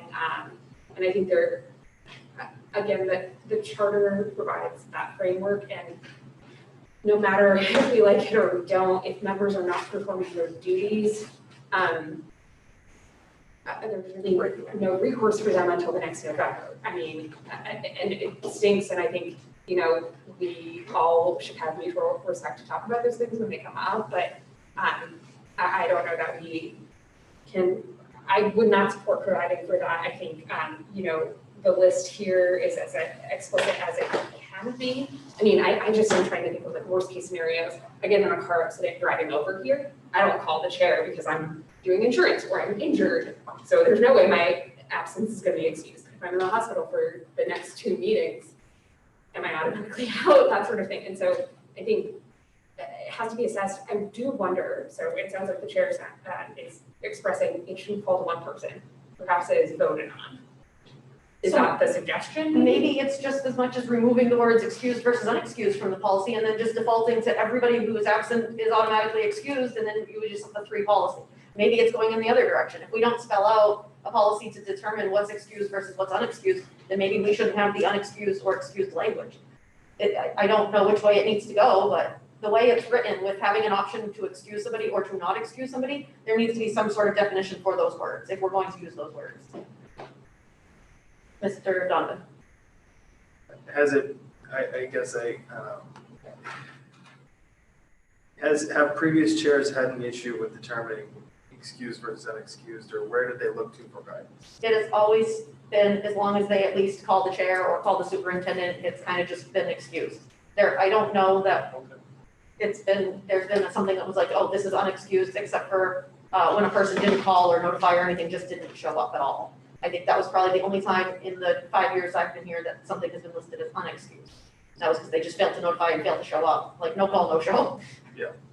So I think that's the only thing that's been unexcused. I don't know, Everybody's showing up. I've talked with past chairs about it, wanting to know what their thought was on it, and that their stories have been different. Some, certain things are not excused and they shouldn't be excused, it's in one chair's eyes, but another chair's eyes might be something different, so I think what you're saying is exactly right, just because they might call you, if I call you an hour before the meeting saying, I'm not coming in, whatever, doesn't mean it's excused. Might not be something that you are accepting as an excuse. So, I don't know. Mr. Butler.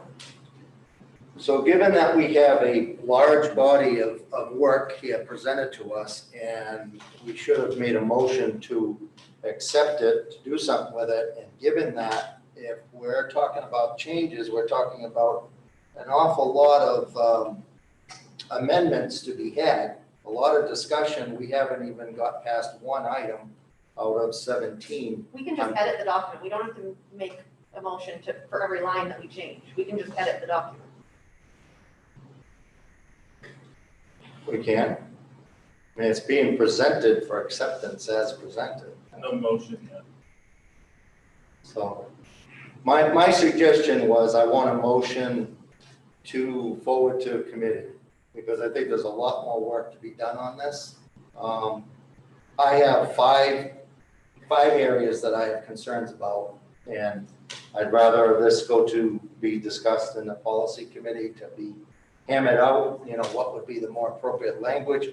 We have language added on here that was not present at our retreat. We didn't even discuss. I'm not sure the meeting is the venue that we're going to tear apart something of this, a piece this size, and come to agreements, even if it's just amending. So I would make a motion to move to committee. Second. My concern with that is we don't currently have a full policy committee. We were supposed to decide on that on the subcommittees at the retreat, and we failed to do that as well. And this is our policy and procedure by charter is supposed to be voted on at our first meeting and then approved shortly thereafter at the start last January. And we haven't done it yet, and it's now September. So if we delay it even longer, we're going to end up coming into next January when we're set to redo it once again. So we're not following charter if we continue to just Okay, I'll withdraw that motion and offer a different one. So a motion to table this to the next available workshop, because I think there's a lot of discussion that we have on this that we need to do, and there's some issues there very detailed that I just see us going all night if we do this tonight. Second. any discussion on the motion? Ward one? Oh, did you want to? Sorry, yeah, what date are you asking for? Next available workshop. Which would be the first meeting of October, is that correct? Done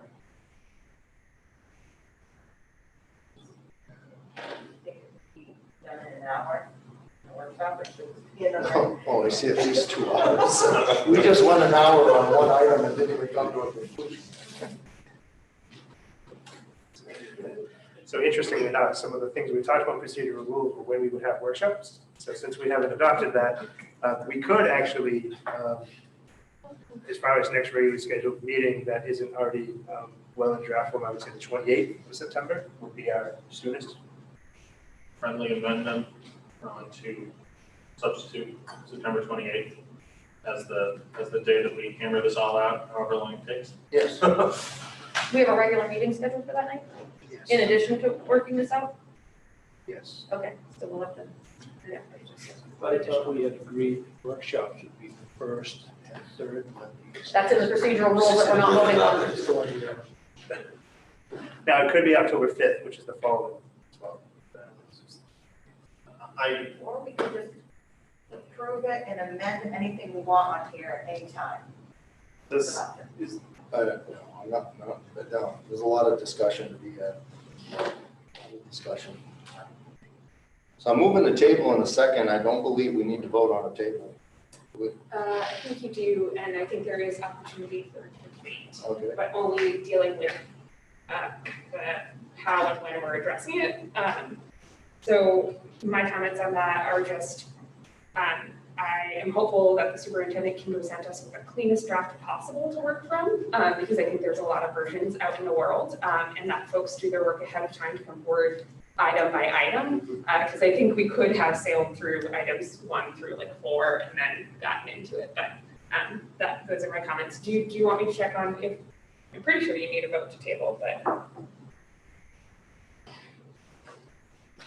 Do you guys want to?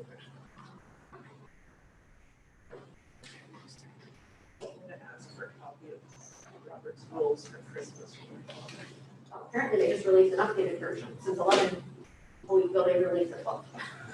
Okay. Thanks, precedents can be applied. So second is debatable, is amenable, requires a majority vote. But you need 5.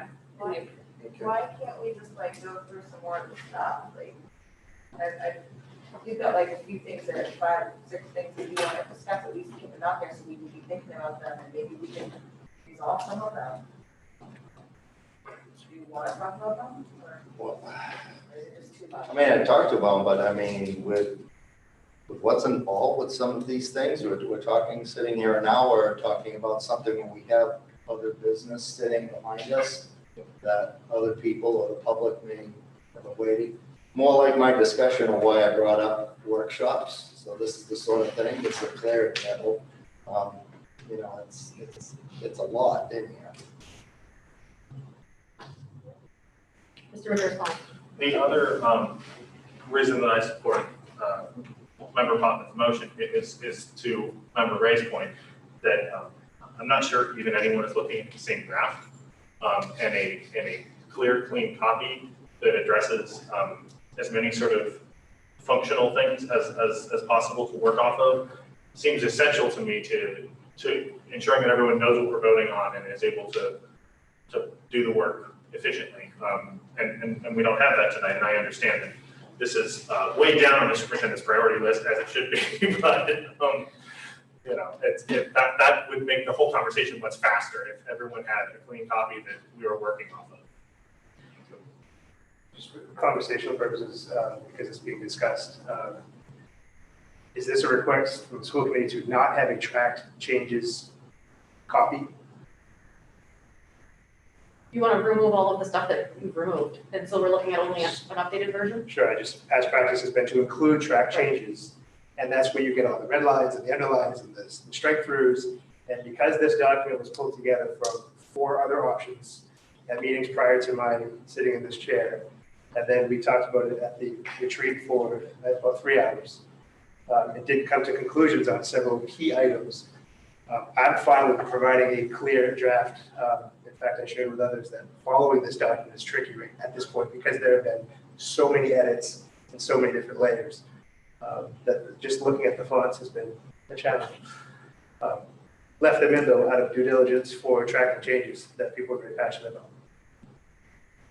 I don't see a problem with having a tracked version, with having a cleaner version. Those that don't want to wade through the knee-high font issue. Sure. Or don't have time and energy or brain. Mr. Richards? Well, and I also think it's just critically important that we have a common knowledge of exactly what we're voting on and exactly what that language is.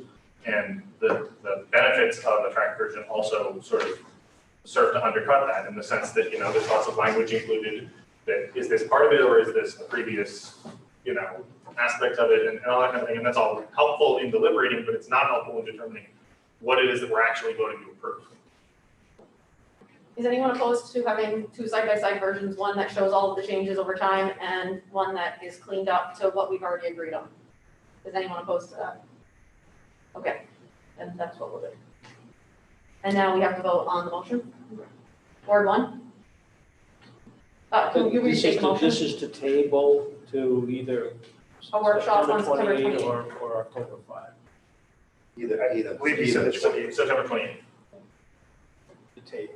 To table this discussion till the workshop on the 28th. Yes. Yes. 3, Yes. 4, No. 5, 6, Yes. 7, Yes. yes. Yes. Agenda item number 8, to discuss salary and benefits as it relates to COVID-19. And that is, No, we're at 7.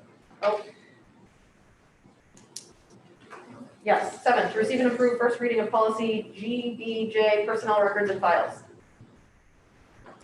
And that says Bobby Avery will present. It's actually gonna be Lisa Roman. Oh, okay. You guys want me at the podium? Yes. Yes, please.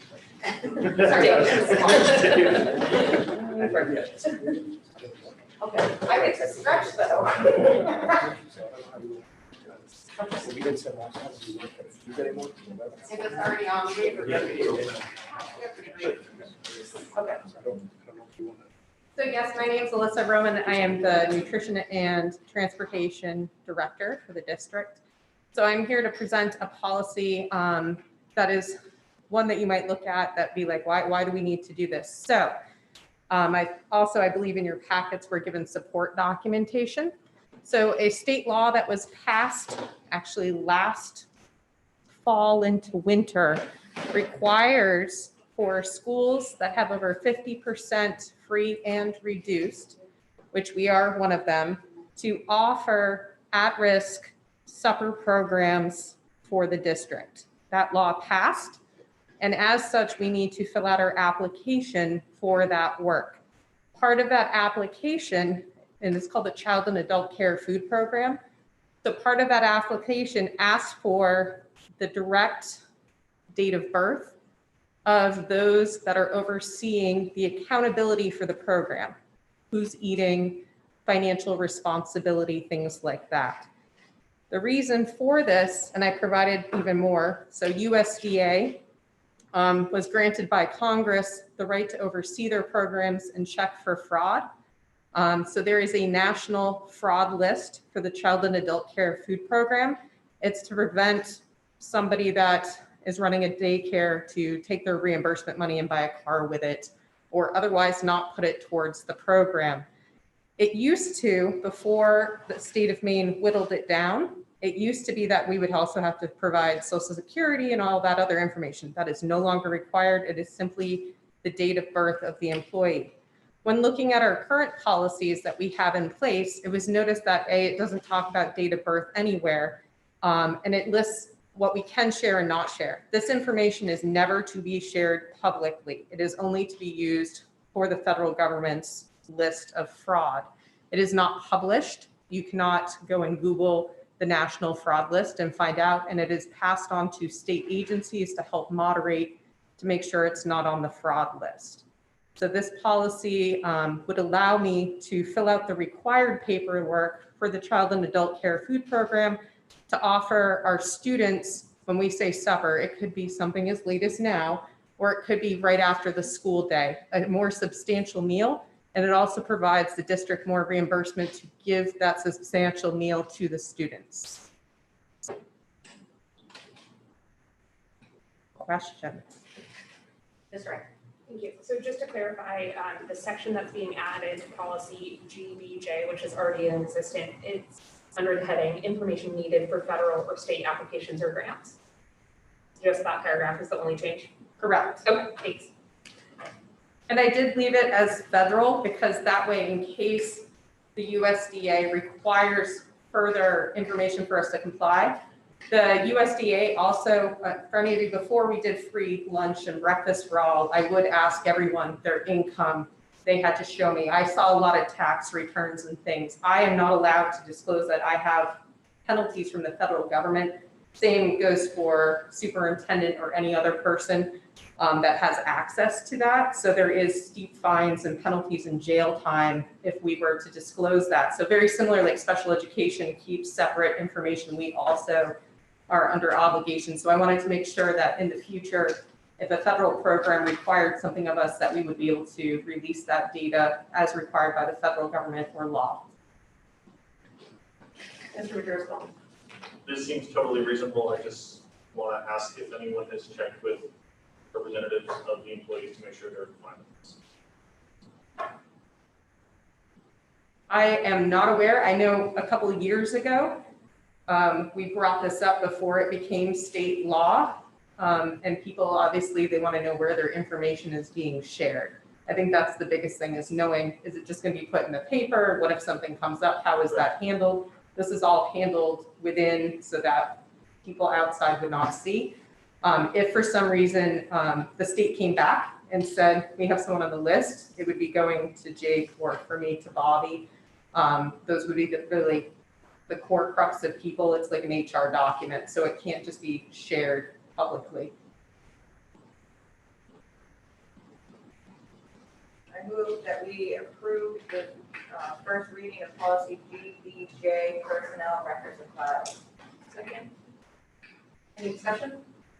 Do we have anything in place where if they did decide they wanted more information or something like that, that you would let us know before just releasing that? I mean, if they came back tomorrow and said, we need tax returns on every parent. These are only for employees that are operating programs. It is not for students, it's not parents, it's no one in that. So it's only employees. I can't disclose any records to anyone except my auditors when they come through. Actually, I can't even take them home with me. Like, they have to be locked away. So there's set guidelines on those that are in existence right now. Yes. If I may, it's in our notes, I don't know if you see it on yours, but if this were to be approved for Alyssa's ability to expedite this, I'd be curious if anybody would want to entertain waiving the second reading. I was gonna actually ask that. So I would modify my motion to approve first and second reading. I would agree with that. Any discussion? Ward 1, Yes. Ward 2, Yes. 3, Yes. 4, Yes. 5, 6, Yes. 7, Yes. yes? Yes. Thank you.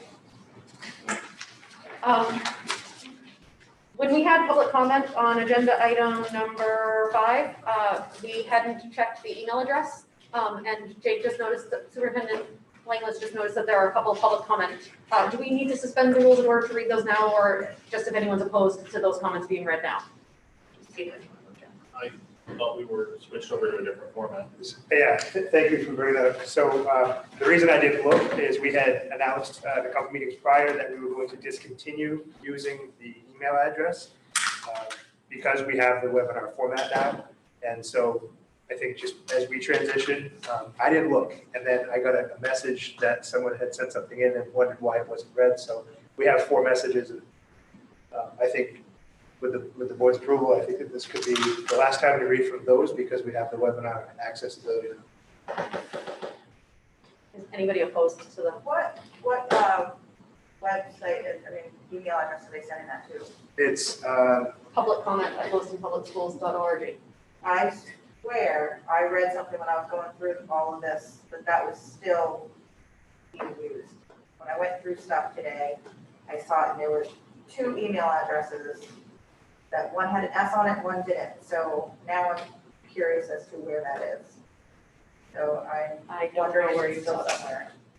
I don't know now. Maybe. we can ensure when future agenda or the next agenda that we're no longer using that. I can ask Mr. Terrio to put an automatic reply or close that so that people know that the webinar is the preferred format. All right, so real quickly, from Rebecca Fournier, I was told by someone who works for Hudson that they are 18 drivers short as of this morning. I find it interesting that nothing was mentioned about this number. I don't know their total number of drivers that they're short. Just know that they have worked on the routes to make that Do happen. they provide transportation services to anything other than Lewiston Public Schools? Hudson? Yes. We are their first and only responsibility, like they will drop everything else. If they have a weekend and they have other things they're able to do, but they haven't been doing any side business. Like during the summer, they usually do charters for weddings and stuff.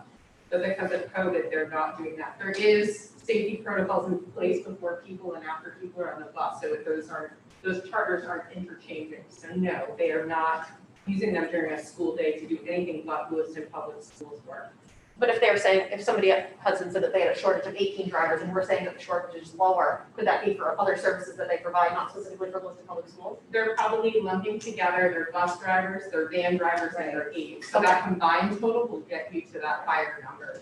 But the CDL licensed ones are the ones that we're paying close attention to versus an aide or a van driver. Those are easier to staff and employ because of the time frame of 3 to 6 months for training for CDL. Thank you for clarifying that. And I don't know if that's accurate. It's just a public comment. This looks like another comment from same person, Rebecca Fournier.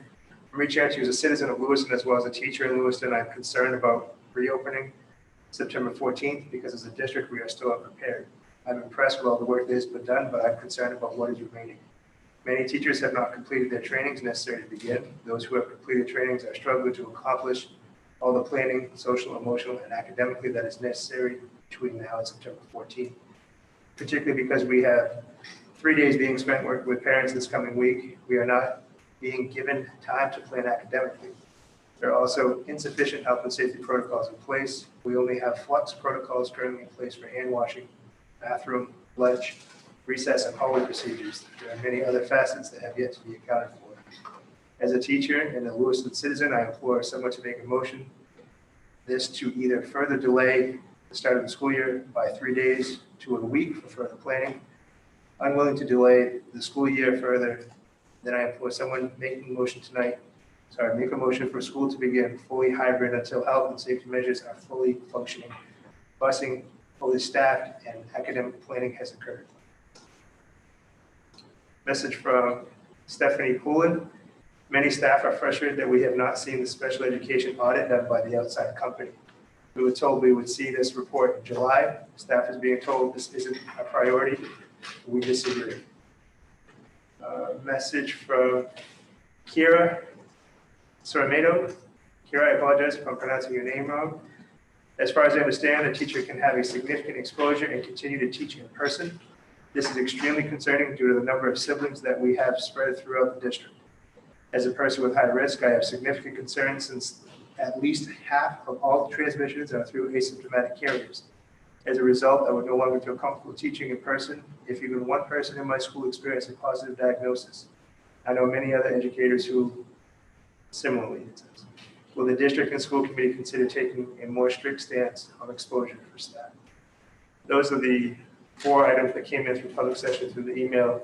That again, I'll make sure that the next agenda has a note that says we would like for people to use the webinar platform for public comment.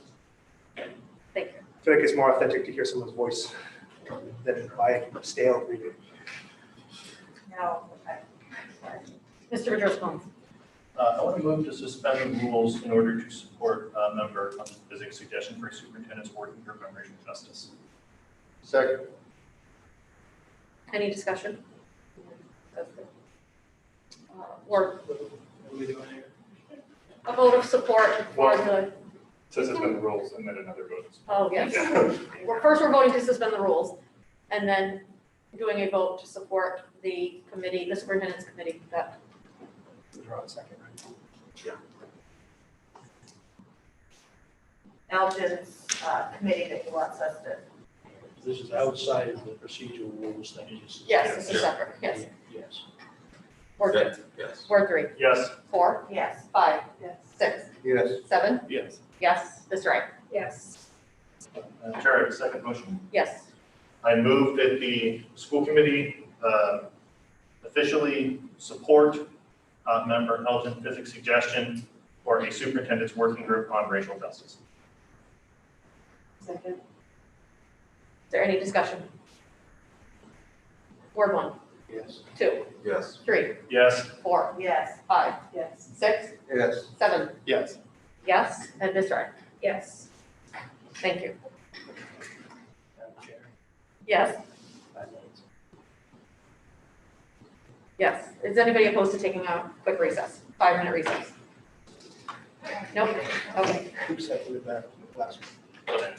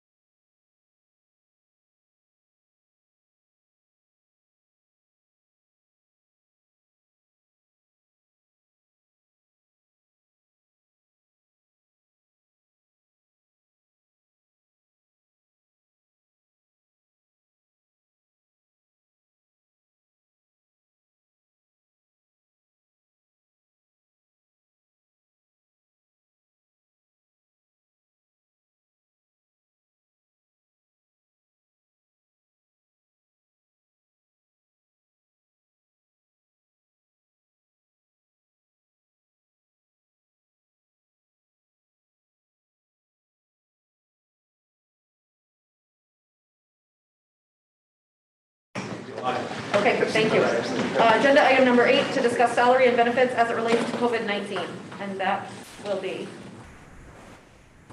Bobby. Okay, so last Tuesday, the negotiations subcommittee received from the LEA an MOA for the board to review, and so you'll be hearing a lot about that in the executive session. As a result of that MOA, and you'll see it, but within the body of that, they talk about salaries and benefits. And do you want me to keep going, Kieran? or- MOA. It's memorandum of agreement.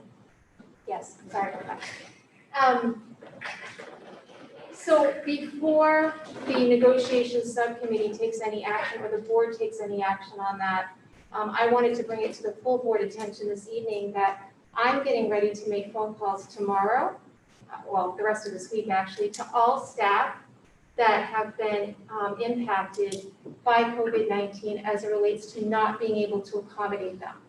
And so what that means is that, I'll give you an example, there's many examples, but let's say they turned in a doctor's note and if they're covered, let's say under ADA, and the building administrator cannot use them in the capacity in which they're accustomed to being used, and so they can't accommodate them. So under ADA, we'll be able to help them out under FMLA for 12 weeks. So what do we do then after 12 weeks? And so that's when we talk about salaries, we talk about benefits, we talk about an extended leave of absence, perhaps they have to resign. There's all kinds of different scenarios out there. So the question is, back in March, maybe the end of March, this committee had considered and was approved on 4/20 the salary benefit and sick leave procedure as it relates to COVID-19 and how we were going to compensate people. So much like what was agreed upon in this procedure, it looks an awful lot of the same in the LEA's MOU. So back in March or April, it was agreed upon that we were going to pay stipends. It was agreed upon that we would make sure that all salaries and benefits were covered as we went out. I don't want to call staff tomorrow and for the remainder of this week and tell them that we're not going to cover their benefits as an example, if this board decides to cover benefits. And so that's my concern. And I just want to make sure that we're consistent with all staff. So I do have a bunch of scenarios that I can go through with you if you'd like. I don't know if you want to have a discussion first about that. Please go ahead. Some of this that came from the spring, when we closed school, was built around school closure language. And so I want to be certain, because of the physical impact of this and also the personal impact on our staff that we want to retain, that as I read through the document, and it's in the packet, it was about closing schools. And there's this great argument both in the world of HR and elsewhere around, well, when you go into a hybrid model, our schools closed. The difference that I see when we talk about whether or not we have work for someone, in the spring, kids weren't coming to the buildings. The buildings were closed. There were very few people in the buildings, if any at all. And now we're talking about bringing back, again, somewhere around 80% of our families have said they're sending the kids to school very soon. So we have to be able to provide supervision for those students. And so the question is school closed, and is that prior document in effect until December 31st as written prior? Or is this slightly different because school, again, we could talk about the language and semantics, but it's not closed as it was in, say, March or April or May or June.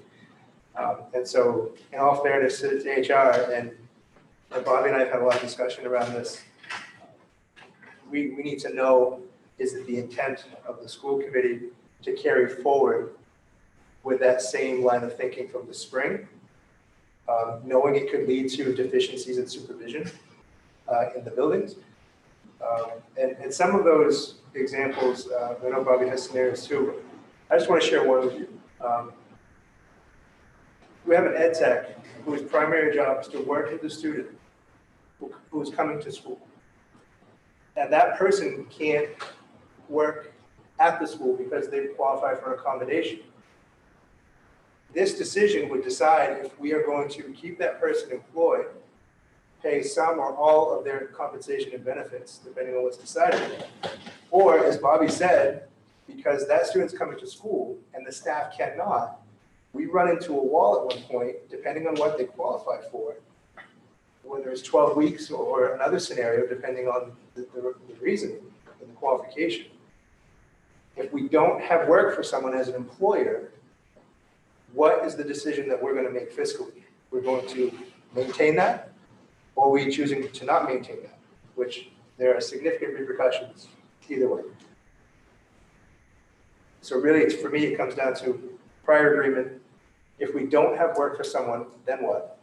And the decision of the school committee to continue as they did in the spring, or to look at this from a different angle based on work or some other third option that I'm not thinking about right now. And we're having a more complete discussion on this in executive session? No, this is not tied to it, it's okay. Mr. Majerus comments. So first I have a clarifying question, because on the agenda, this is just to discuss. Is there an intention for there to ultimately be a vote here, or? It was, yes. Okay. In that case, I guess I will make a motion that the school committee continue the policy that we had in the spring. I am incredibly proud of this district for our ongoing commitment that this pandemic will not financially impact our staff.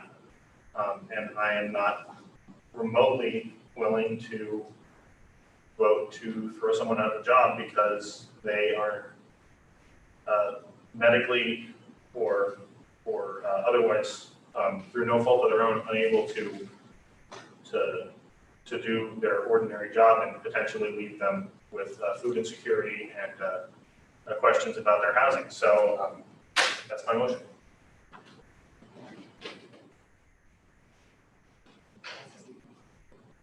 Yeah. Is there a second?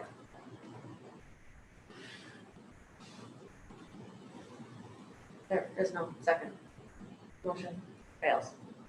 I got a question, we'll get to the superintendent.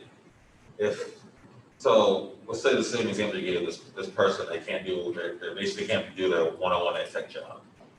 There's nothing we can find for them to do and on the long distance learning. I mean, with teachers being stressed out and saying they don't have time for anything, it sounds like they could actually use some support themselves.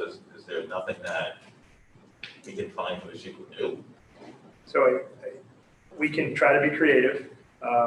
We do have some places where I'm willing to entertain that, and I guess I would say, what does that look like?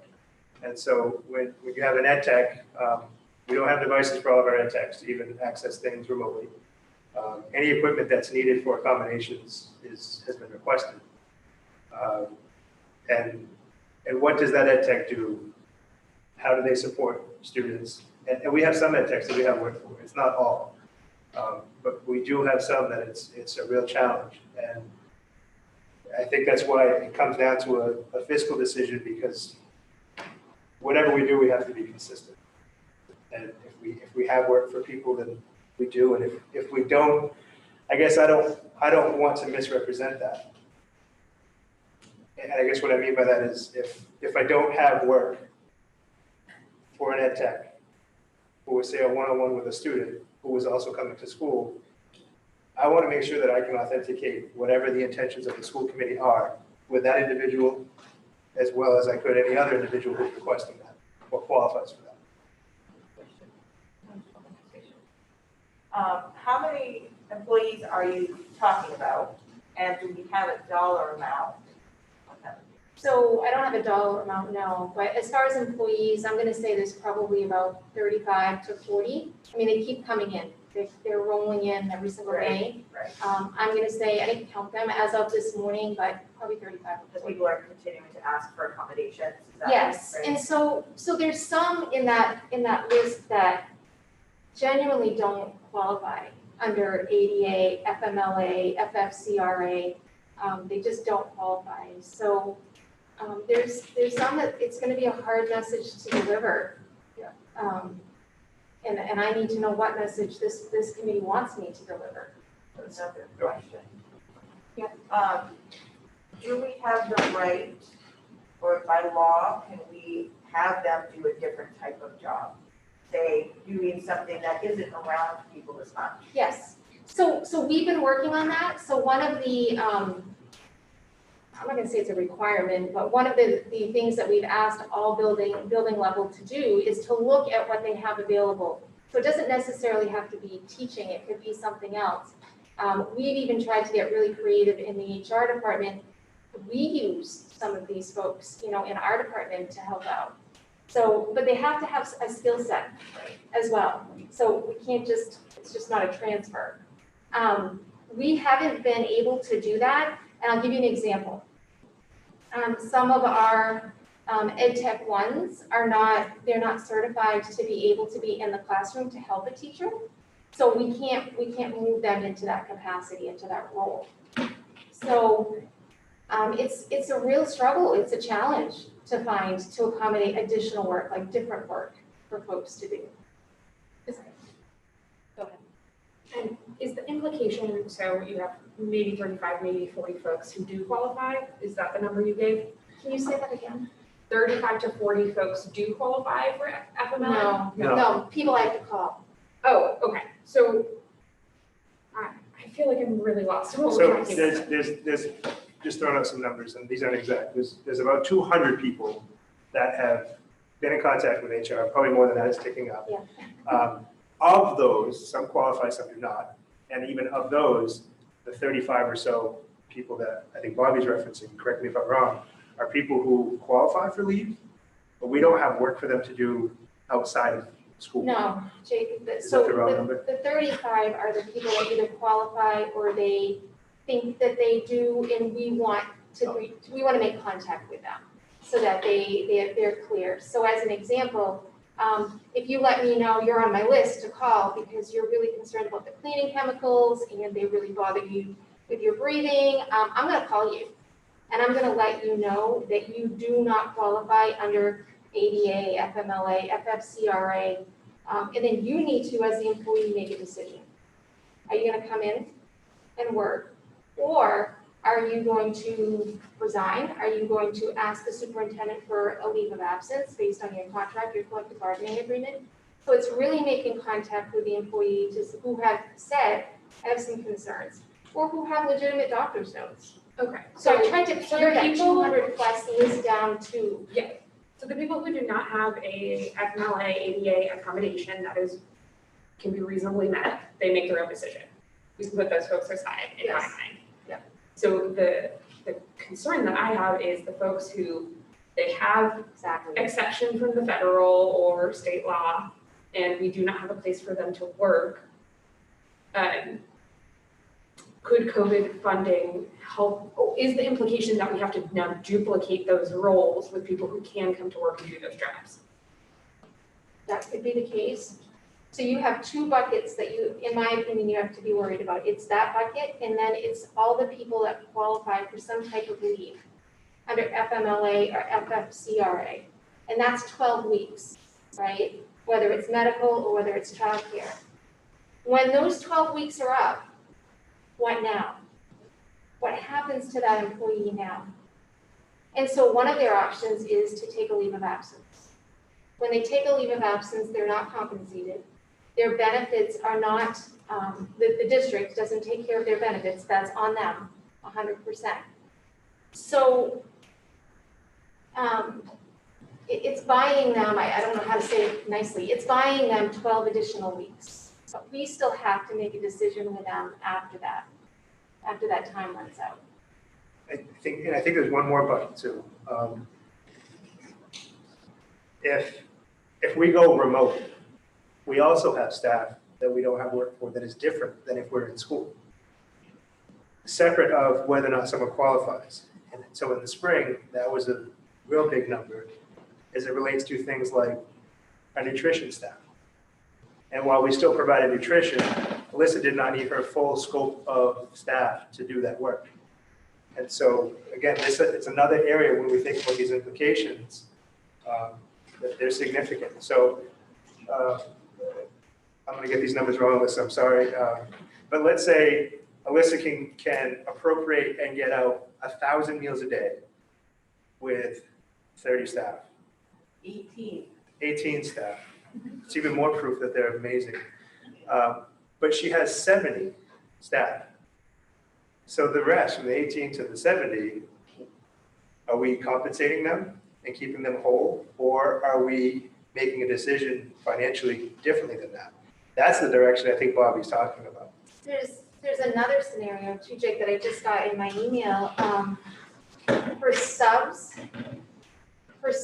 that are well, they could be building based or they could be daily based.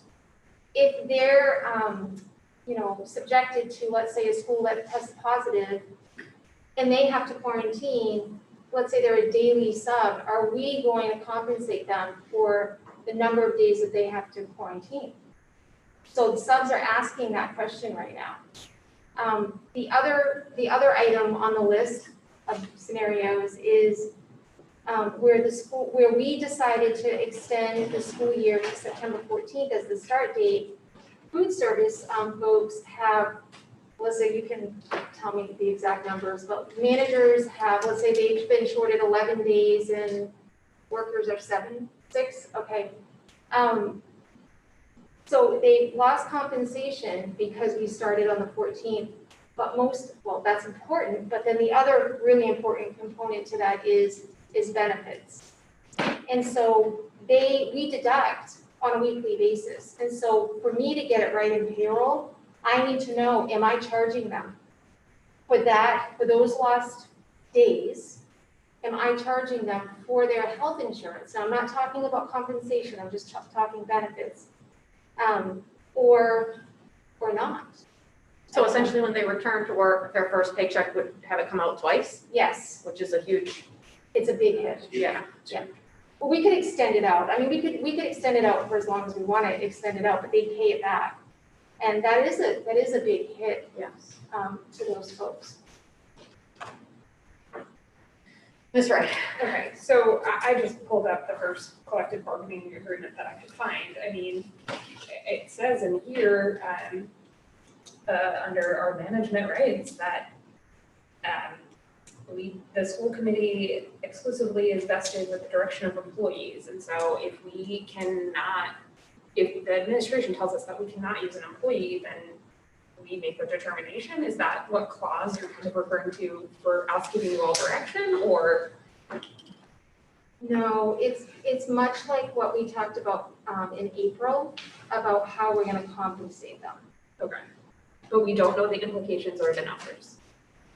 Well, it was a lot Because of, it's they're all changing. different. There's so many different scenarios and implications of that. And I think the variables that, we shared 3 scenarios. I think every individual person is its own unique scenario, essentially for HR. I would also add, again, if we go remote, we're looking at a very different picture as far as compensation is concerned. And so I would actually say the financial implications of this one way or the other are large in part huge chunks of our standing budget, because it would be the salaries and benefits of the staff across the board. The other thing I would add is in areas like nutrition, because that's a federal reimbursement process, those staff are not in our budget.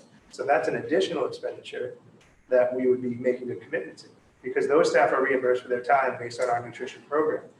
If we're not providing certain things because of a closure beyond our control, we don't actually have money in the budget to choose to spend on those items. We would be choosing to spend other funds to make that decision, or to make them whole. Mr. Putnam. So Bobby, we just spent 6 months as a country where the federal government is throwing money around to businesses to keep jobs whole, to support many different areas, and we get COVID funds and CARES Act funds. Do we have any flexibility to that to be able to apply the maintaining of jobs? Because eventually, once we get back to normal, these people will be working. So if the business sector gets to do this, why aren't we able to do this? And so what flexibility do we have with those funds, given that one of them we have to spend by the end of the year? That's a really, really good question, Ron. And I'm actually gonna turn this over to Karen. Thanks, Bobby. You're welcome. So yeah, there are two pots of money, and there are the funds. I'm gonna keep it really simple. We did ask about this. We've asked in multiple ways. We asked about the nutrition staff, and I can find the exact email from the state. But the answer was no. You can hire additional staff. The CRF funds allow for employment through December for additional support staff. And the CARES funds would allow us to employ additional staff through the entire year. But it's about them actually doing the work for us. It's not about paying them for the lost wages or benefits. So to add to that, Ron, that was my very first question to the state when we started having this discussion is, can we use this? Just like you just said, and like Karen said, the answer is no. Just from my opinion, I would just throw it out there that, go down the middle here. I think we need to keep the people in play. However, I think our finances are gonna be a giant question mark moving forward. But I think to just put people out on leave in this situation, in this stage of where we're at with the pandemic, that I think we should create something that covers their benefits, that people have a safety net in terms of benefits, and allow employees to understand that we don't have work, but we're gonna maintain this for you, and we'll keep you on leave if you choose to come back to work for us, and give them some sort of flexibility to be able to go out and do something else, to supplement their incomes. Because obviously it doesn't sound like this is gonna work for us, so. And just throwing that out as a compromise that we should try to do something, and I'm just saying, if I'm a teacher, what do I wanna hear? And I think, I wanna know I'm gonna get to keep my job. I certainly would love to have my benefits, and give me the flexibility to work at the store 24 until teaching gets back into shape, and I can come back and teach. So I guess I'm just looking from a personal perspective of what I would hope, my employer would do for me. So I just throwing it out there for start the conversation. Mr. Rivers-Collins. I appreciate where my thought is coming from, but I think it's important to remember that the people we're talking about are people who are not in good enough health, or they're taking care of people who are not in good enough health for them to work in a school. And facing the worst economy since the Great Depression, and facing the worst public health crisis since the First World War, I think that it is incredibly important that we stand by our people and support them through this. And I think that it's going to reflect well on our district in comparison to other districts if we do that. And it's going to reflect very poorly on us if we don't. There's a lot of time spent on this committee talking about how wonderful our staff are and how important their teachers are. And this is an opportunity to actually show them. Otherwise, it's a lot of words. Right. I will just also add to the conversation, not that I don't think those things are important, but we have a financial responsibility to taxpayers. The city and the school department worked very hard to get to that zero this past round. I think the timing of all this makes it even less of a comfortable conversation because we know what the voters approved and we're stuck within that limit unless the federal government provides us with assistance. And so our parameters are set already, it feels like. So it feels like we have to work backwards from that. While I want to do what Mr. Matthias-Collins is suggesting, I don't know that we can. Right, I mean, I agree with this Ray. This small group of people, do not qualify for the accommodations set by DEP, right? Like, the 80, what? I'll fight you here.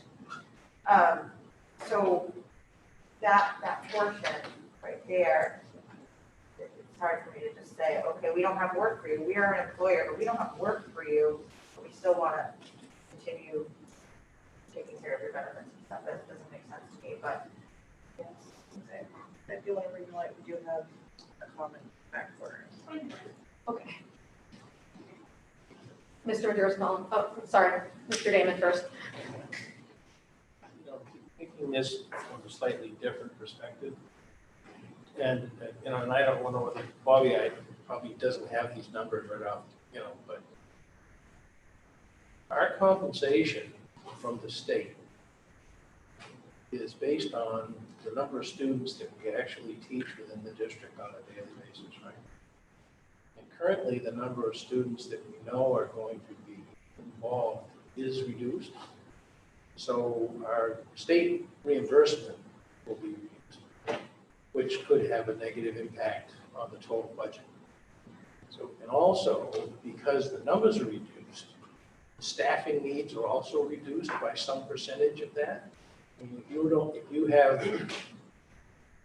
you have 15 less classrooms of kids, you really don't need, I mean, staffing in schools fluctuates every year anyway. But when we have a reduced student population and a reduced need, particularly maybe in the special education sector, that number of employees would, in a normal year, would drift off, right? Yes. Yes, no? What did you say at the end? That when you have a reduced population, that the number of support staff could reduce on just regularly in any given. If you have less need, you don't have those people employed. So conceptually, yes. I'm not sure that we've experienced that, but yes, that could I happen. mean, we've been a growing district, but there's a lot of districts that have not, that have seen shrinking student populations, and their staffing needs have been reduced, and the number of staff is reduced.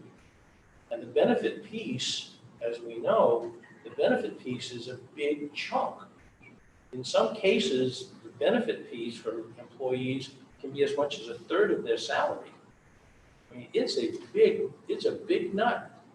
And we do have a primary fiduciary responsibility to the taxpayers and to the citizens that put us here to make sure that we do not blow the budget.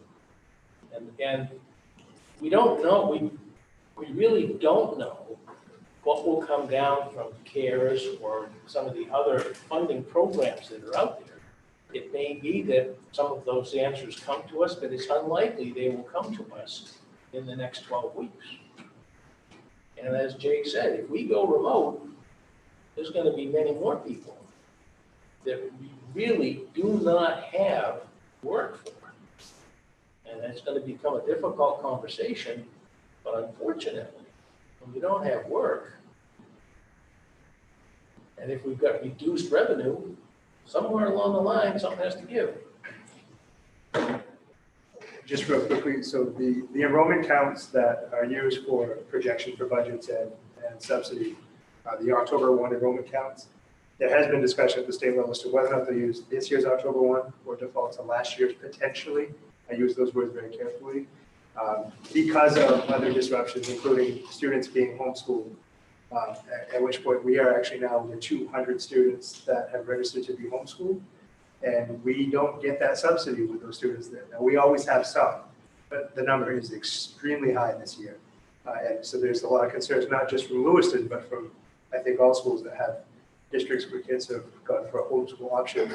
And if that number is captured October 1, those students would likely return in a regular climate. They would not be counted in subsidy until the following.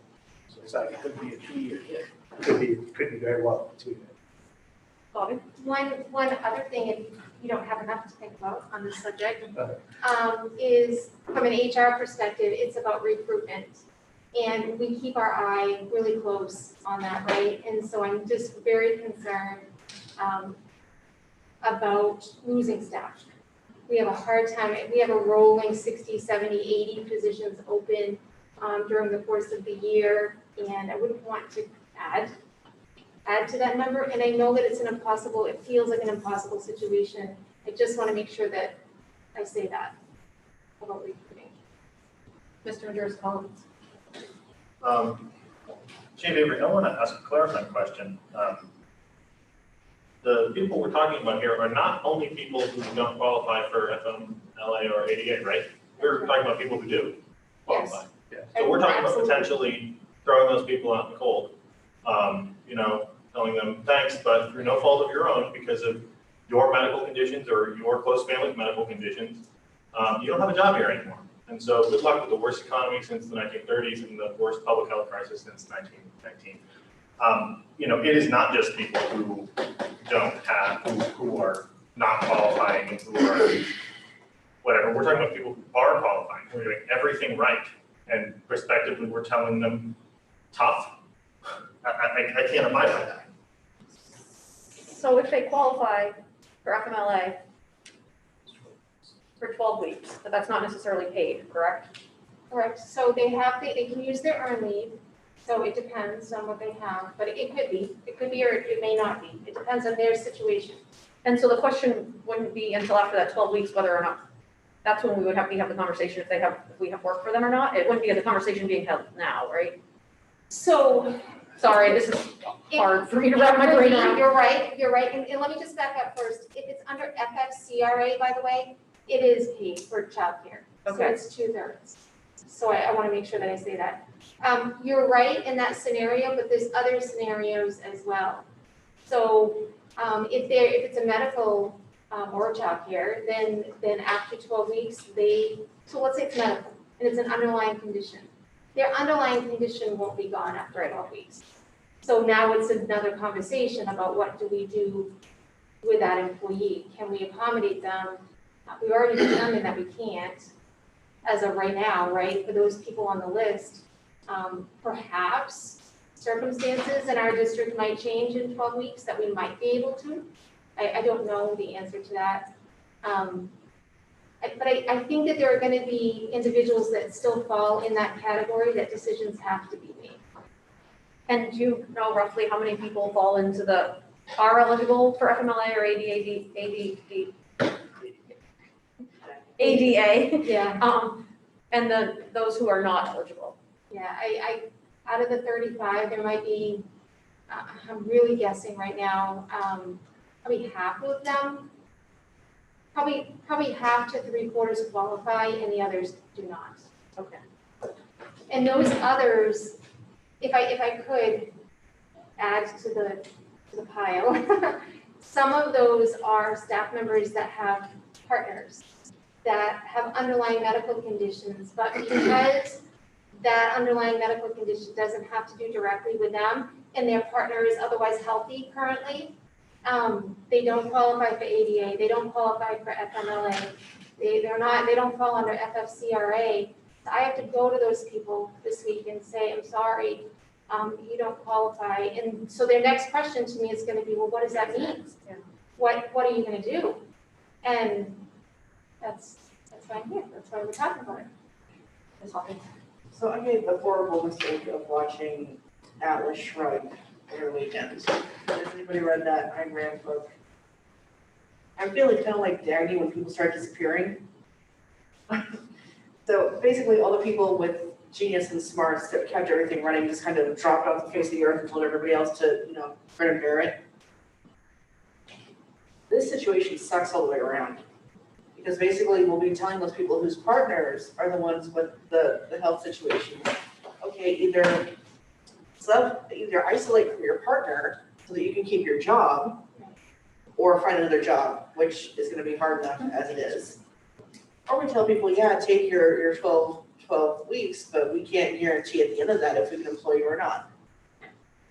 I understand the fiduciary side of it, but I don't like the idea of leaving people to the wolves, but I don't see how we have much option. Besides all of us writing letters to our people in government who are supposed to be working on this stuff, being like, look. And I would say that happening, because I'm not saying I don't have faith in you guys, but I know who to call, but I don't know that anybody else does. This is a nightmare. I'm going to second, Mr. Madeira's Collins' motion. Love you. All right. What was the motion again? So the They keep the same policy from the spring. yeah, the motion was Through to, the end of the school year. That motion will fail. All right, Oh, it already failed. Oh, well, Madam Chair, Yes, I would move that we keep the same policy we had in the spring through the end of the school year and keep our employees whole. second. any discussion? Ms. Ryan? We haven't solved the problem of where the money comes from. I mean, like, it's not monopoly money, like, we actually have to, sign a paycheck at some point too. It's just that we're talking a lot of vagaries because there are such specific particular situations that are encompassed into this. I guess one question to Chief Avery is, and maybe this has changed, but isn't there a clause in FMLA that you're only eligible if you intend to return at the end of your 12 weeks? Not that I'm aware of. I have not heard that. Yeah. There is, yes. I have not. If there is, we have never instituted that. So I think that clarification needs to happen from who, our lawyer or counsel, telling us if that's a particular clause, because that solves the question without our involvement too then. Do we offer short-term disability and long-term disability? So The people school presumably pays that on it. are eligible for ADA would be eligible for their 12 weeks and then they would be eligible for a disability beyond that? We don't get involved in that. We don't quote benefits. We don't get involved in that at all. I do want to say, if I could respond to your question, Alicia, about where's the money coming from? So as a whole, right, all the positions are budgeted for. Some of these positions that we can't accommodate will not have subs assigned to them. So as an example, if the school committee decided to keep the language as it was in the spring, some of those would be fine because the budget's there. It's the ones that we have to replace that you're talking about. Okay, so And it's it's where's the money gonna replication, come from? that's where the question comes in, but Karen said we could cover that under CRF and CARES. No, so that actually, we budget for subs. So there's substitute, but, there's never enough for that. But there is money in there for subs. so this is hard to even say, but I try to, from my office and the correspondence that comes through me through different channels, we could also find ourselves in a situation where we are understaffed to hold school. While if there's a decision to fully fund, we're also fully funding staff. And not all the positions are budgeted for, like the nutrition one, for example. But most of them, I would agree, are recovered in the budget as proposed. Mr. Madeira's. Yeah, okay, so I want to just address a few things here, and to start off with, I want to emphasize that everything we're talking about is budget. Now, it is true that we may have a greater need for subs, but that leads me to my second question, which is, it's certainly from what Assistant Superintendent Marquette said, that we are entirely allowed to spend that money hiring new people.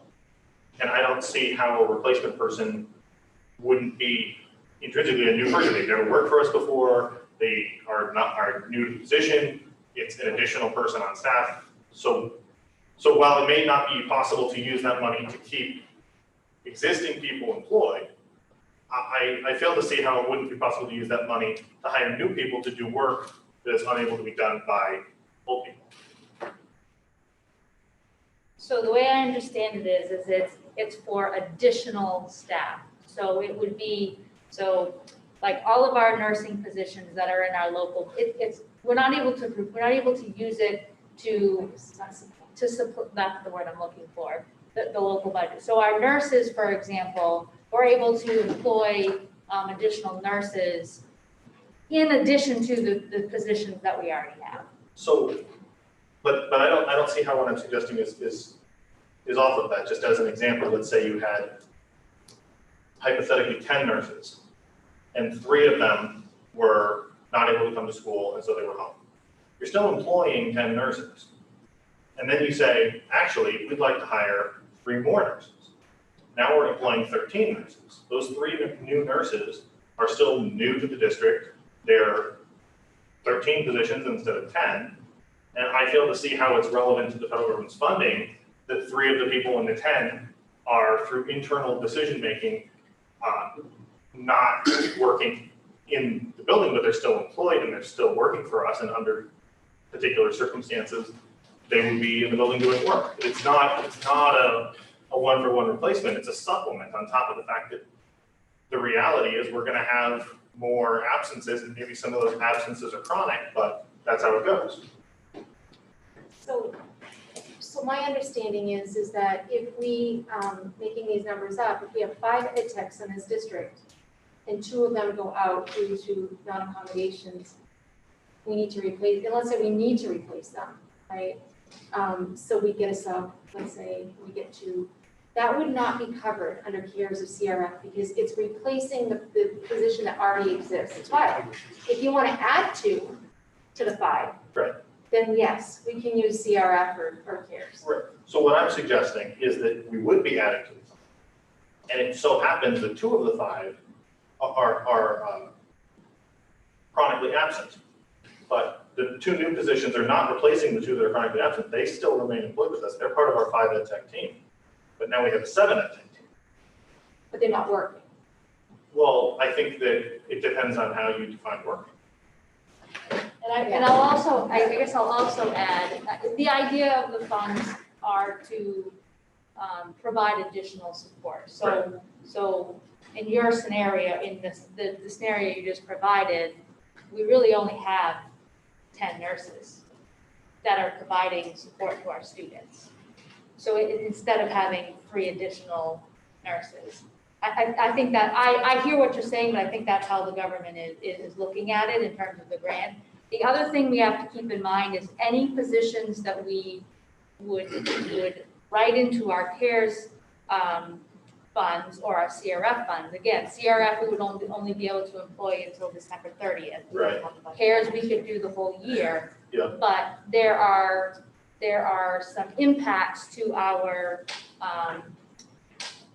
funding, potential impacts to our funding from the state, and the way in which they're looking at, because what they're trying to avoid is people not using their local funds and using these funds for a year to Yes. then say, okay, well, we saved that money, but we can use it for something else and use this instead. And I completely understand that, and if I was a federal policymaker, that's what I'd be looking at too. Right. But my contention would be, we're not replacing our local funds, we're spending our local funds.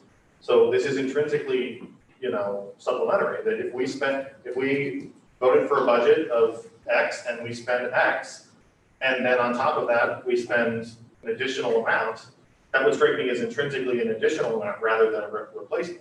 The fact that some of that X ends up not being perhaps as productive as it would be under normal circumstances, does not, to my mind, violate the stipulation that the federal money has to be supplementary. So I giggle because you're very creative thinking. I think that what we can ask is, are subs covered? Because that's what it really is we have to hire 2 additional ed techs in this scenario to cover the 2 that are gonna be out. So I think that's the question. So We can do that. Yeah, I know, I encourage you to ask that question. I have 2 other things on that same thing, which is that, number one, I would wonder if there is a way to structure things where those folks are not necessarily substitutes, that they are on, that I think there's lots of things that go along with someone being a substitute that, you know, if someone is gonna be in effect doing a job for a period of time, then perhaps if it would be helpful to being able to use the funds, we could just qualify it, you know, classify them that way and have them meet whatever requirements there are to be a normal employee. But then the second question that I had would be, you know, I mean, taking this to the extreme, does this suggest that if we had, you know, 80% of our staff, I mean, if we had 80% of our staff out with COVID, we wouldn't be in school. But, you know, I mean, like, the idea, I think the idea that you couldn't use federal money to deal with the pandemic, to deal with the need for more subs is, I would be surprised if there wasn't a way to do that. And so I guess my suggestion would be that, you know, the district be as creative as possible and try to, you know, think of ways to present things in a light and in a fashion that would be consistent with the federal guidelines. And then I would exhaust every possible opportunity to make the best use of that money to keep our people whole, because as was previously mentioned, we already have recruitment problems. We're hearing about recruitment problems with the buses, and we're gonna have recruitment problems all over the place. And so not only do we have a moral obligation to do right by our staff, who we so frequently praise from this table, and rightly so, but we also have a pragmatic, practical interest in trying to ensure that we don't have an even greater hole to dig out of once we're coming to the end of this particular process. So I just want to just make sure I'm being very transparent. We do have subs, additional building subs in our CARES funds. Okay. But again, they're additional subs on top of what we already employ. So some of those building subs that we've been able to employ with these funds are helping with some of these situations, and we've made accommodations because we've had these additional folks so that others can do some work from home. So I want to just be transparent about that.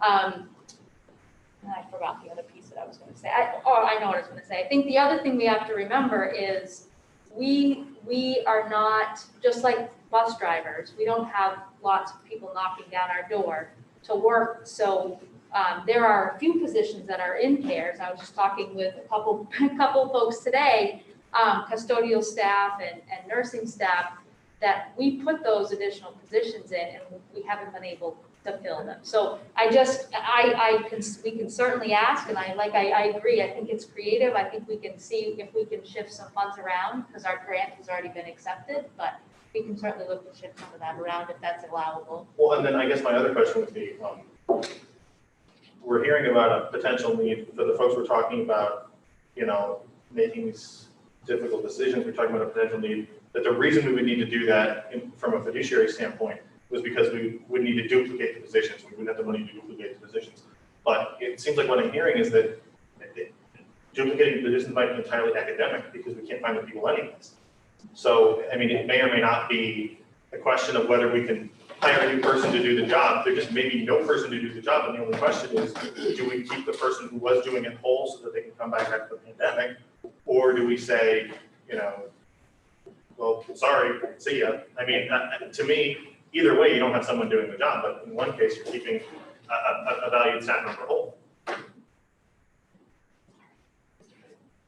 How many are like all ed techs that are in this group? No, it's ed techs, teachers, we've got a couple of, outside of those collective bargaining, general government, food service. Well, The bulk of them are teachers and ed techs. okay, so I guess what I'm struggling with, and it was kind of what my original question was, how many were ed tech ones? 3 that I can think of right off the top of my head.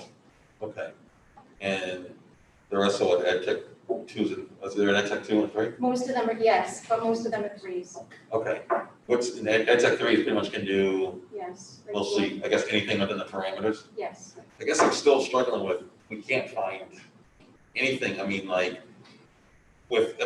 one of the biggest things they kept saying was during this whole thing about hybrid model that kids are gonna need constant check-in.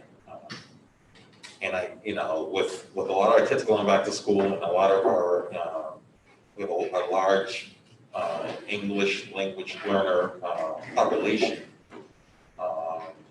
who are gonna need some assistance. I guess I'm really struggling with that there's really no work for these people. I guess this is one of my big struggles, and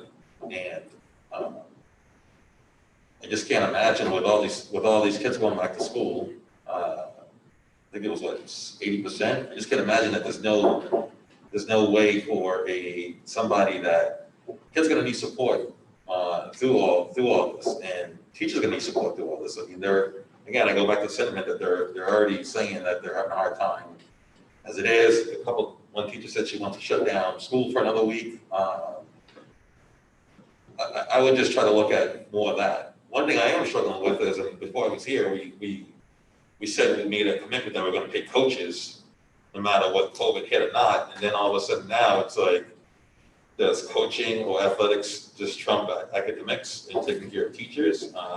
That's another, I guess, throw a monkey into the wrench. So I guess I would take a more strong look to really, I don't know if you have to scrape line by line position or kid by kid to see if we really can find some work for these folks. And, ed tech hours, what are they, 30 or 35 a week?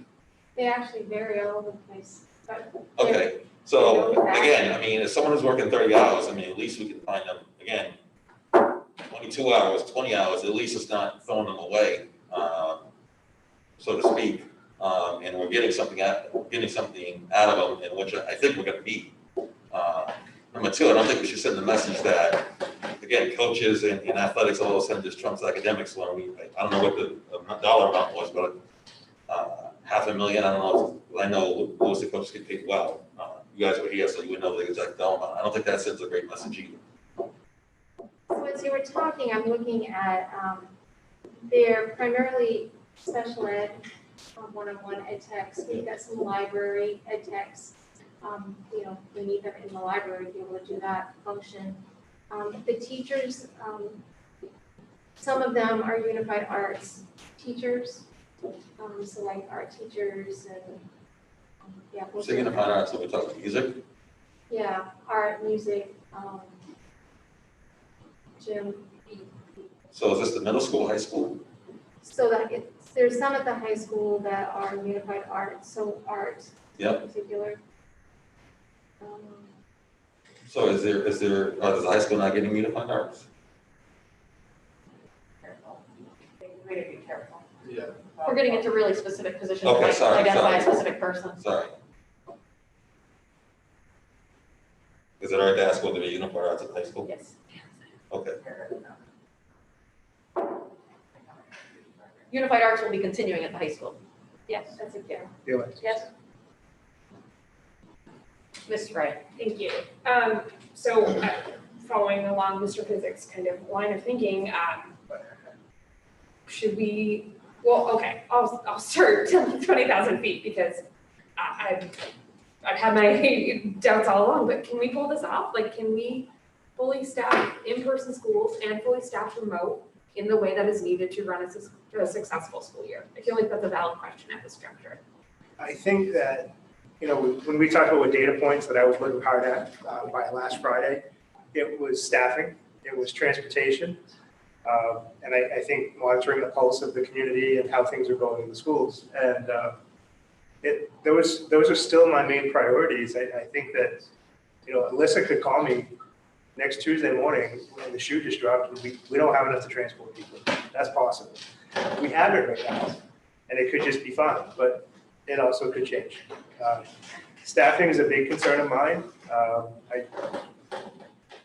I got mixed feedback when I shared a letter to staff in August of us returning on the 24th as scheduled, and what we were looking to do with that. And it prompted some people to reach out to HR and say, well, I can't come back to work.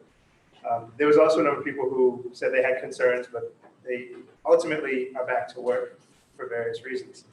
But I have a real concern around that thin line between compensating someone for work they're doing and not. but with that really strong gray area in the middle of having kids in the building. I mean, in the spring, I think this was, I think it was a valiant thing to do. I think it was great to keep our staff whole and to pay people, especially we didn't know what was going to happen the next day and the next day and then a month later. That was a constantly moving target, but we didn't have kids in the building. And so it's a very challenging position, and I'm sure you can appreciate, because you all get emails too, but the messaging that I've received. Again, we could get to a point where, depending on the financial decision to compensate people, could actually tip a scale financially, but also for me to say, while we're still compensating these people, I don't have adequate staff to run the school. So we've got to close the school, whether it's for a day or longer. And I guess my bigger concern with that, because I think we're in decent shape right now, is when we go remote and how, what is that work? And I agree with Member Physic that we could get creative. But look, Dave, Mr. Terrio is constantly tracking the device order that we can't give to students right now. We don't have devices to give to ed techs necessarily to say, I now want you to do this all week to support students. So we have all these competing interests. I'm really worried for my chair that financially, there's been a number of conversations, whether it's potentially through the special ed audit or potentially through this or through CRF, which is, again, the due date is December. So even if we could find a way to pay people that way, and we could find that staff to do it, December 30th, that money is shut off. So we still don't have a plan for January 3rd.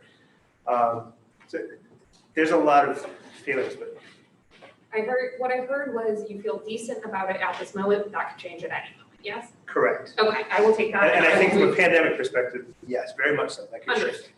So I think, going back to what Mr. Physic said earlier, I think we should talk about everything that is not in the contract, such as stipends for co-curricular and other, I don't know how far that reaches or how much that money or sum is, but I think that should be part of this consideration, that we start saving money somewhere because there are financial implications. And I do want to keep everyone whole. At the same time, I know my employer did not cut everyone's raises and my employer stopped our retirement contributions. So, I mean, I think there are other taxpayers who are in similar situations where they are not getting an increase in salary. We are honoring the increases in salary through the union contracts, which I think is the wise thing to do. But there are people who have to pay for it on the other end who aren't going to be able to at that rate. So I think we should look at what we could target, and I think stipends are an obvious first place to start, but.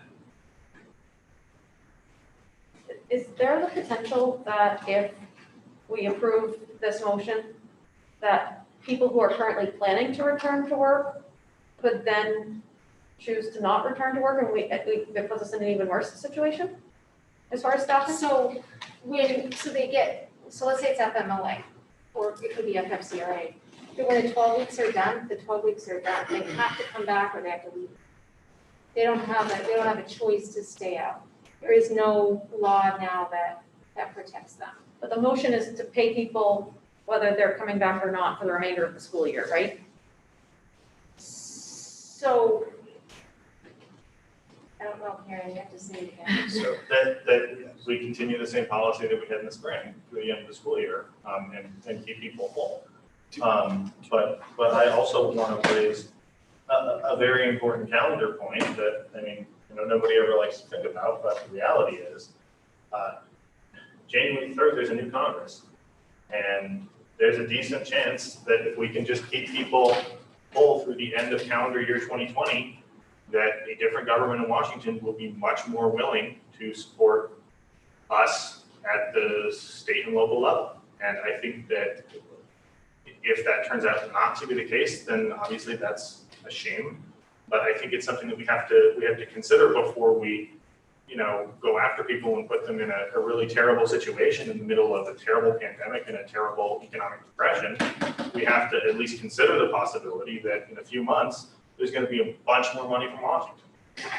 Mr. Donovan? I don't know why it's just dawning on me now, but the document that we're referring, there was a document in our packet, and it said through December 31st, 2020. So do we even need to vote to continue it? Because technically, isn't it still already in effect? This is, What, So, what we voted on in the spring, yes, is in effect until December 31st, yes. It's not.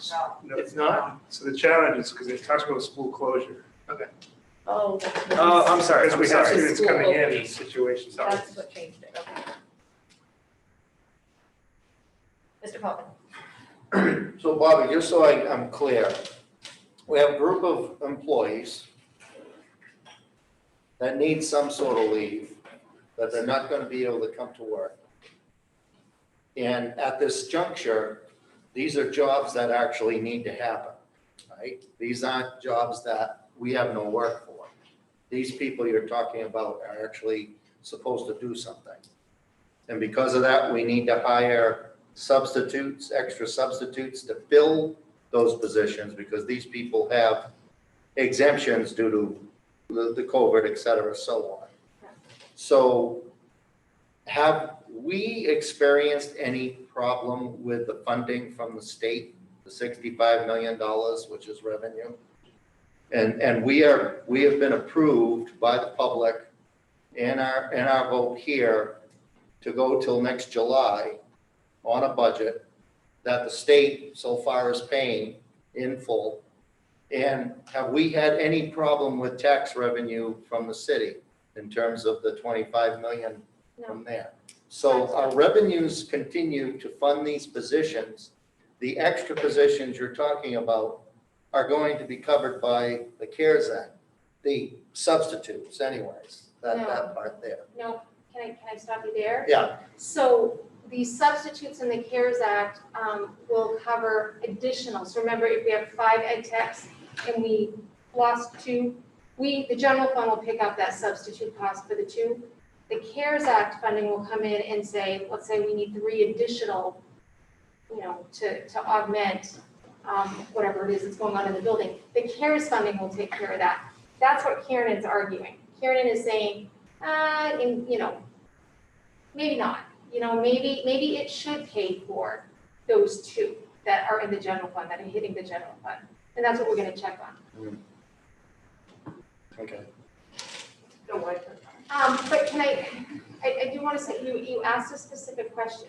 Have we had any problems with what the state has paid and what the city has paid? And the answer is no.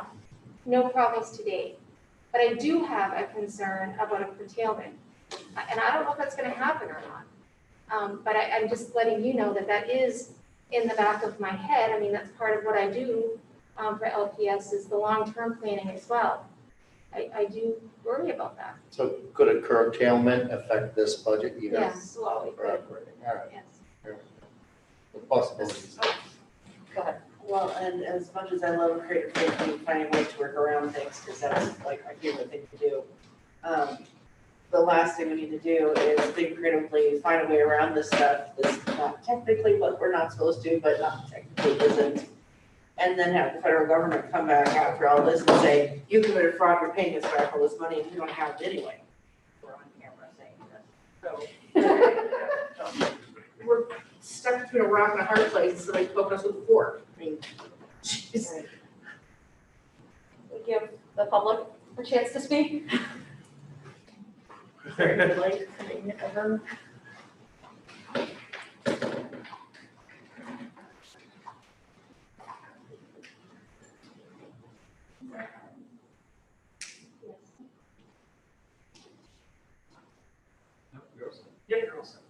There's no button. Okay.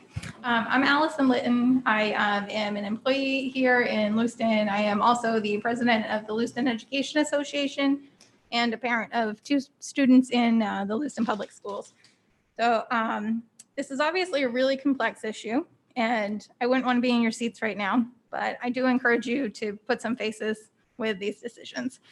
So I am a face, so I'm going to stand in front of you and say some things. To clarify, the proposed MOA from the Lewiston Education Association pertains only to certified and ed tech units, as that is who we represent. I understand that there are also individuals in other units, but the MOA is specifically about certified and ed tech. All right. In making the decision to return to in-person instruction, the district has asked impacted individuals to come back into an environment where their medical provider has suggested they limit exposure. Given lack of accommodation, individuals will need to make a choice to risk their health and/or that of an individual that they act as a caregiver for and maintain benefits and an income, or potentially protect their health and/or that of an individual that they act as a caregiver for and lose benefits and an income. Parents have been given a choice for all of their students. Employees have not. Those of us who have not submitted for accommodations are truly working on pure faith in the district's good intentions. Employees are relying on the district and each other to remain in compliance with the state guidelines for returning to schools. Guidelines we are on track to meet, but if we had had students present today, we would not be able to have met those. Employees who did submit for accommodations and do qualify within the law have asked for simply that, an accommodation. Accommodation to provide their services within their abilities in a safe environment. No one has asked to not continue to do their work and be paid. As public educators, our responsibility is to provide a quality education to all students in our care. Currently listed on the Lewiston Public Schools website, there are 68 openings for educational support positions. There are 20 certified positions open as well. That's approximately 11% of our bargaining units. The individuals mentioned account for approximately 4% if they're all certified and ed tech employees. Additional CARES funding can be used for additional employees, such as a substitute to sit in a class while a class is being taught virtually by the certified professional. Some virtual course loads at this point are already up to 25 to 35 students. If we could use some of those folks to lessen that load, it would be welcomed. The impact on course offerings, where potentially impacted employees, based on this decision, are currently ready to provide virtual services, but wouldn't be providing virtual services, is very concerning. As you heard, there are some specialized programs or course offerings that would be subjected to decisions. Funds are budgeted for this fiscal year. Those were budgeted and employees have signed contracts for those positions. All individuals discussed within the 35 to 40 have signed a contract. I'm extremely concerned regarding the statement made in terms of additional positions potentially being cut if the district were to go remote. Our school system would not be permanently remote. How do we come back from that?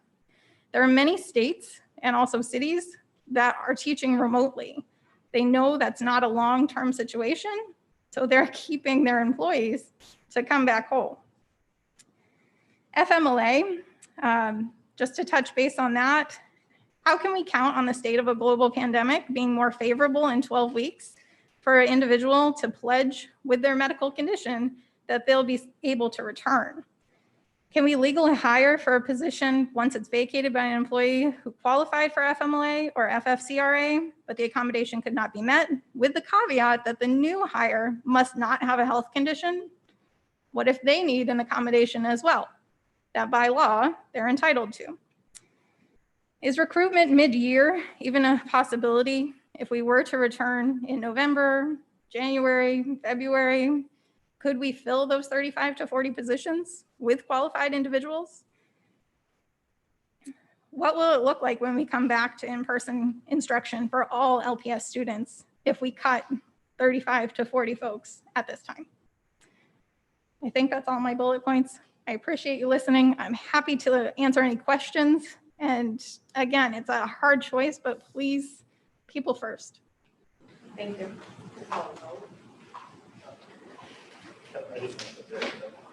I'm sorry? I'm objecting to the call for vote, but this is one thing I think is really important to say in reference to the number of what I was concerned about. So then we would need a second for to move the vote. Second. I will not abide by the rules, perhaps Member Hawkins would be willing to withdraw for 30 seconds. Go ahead.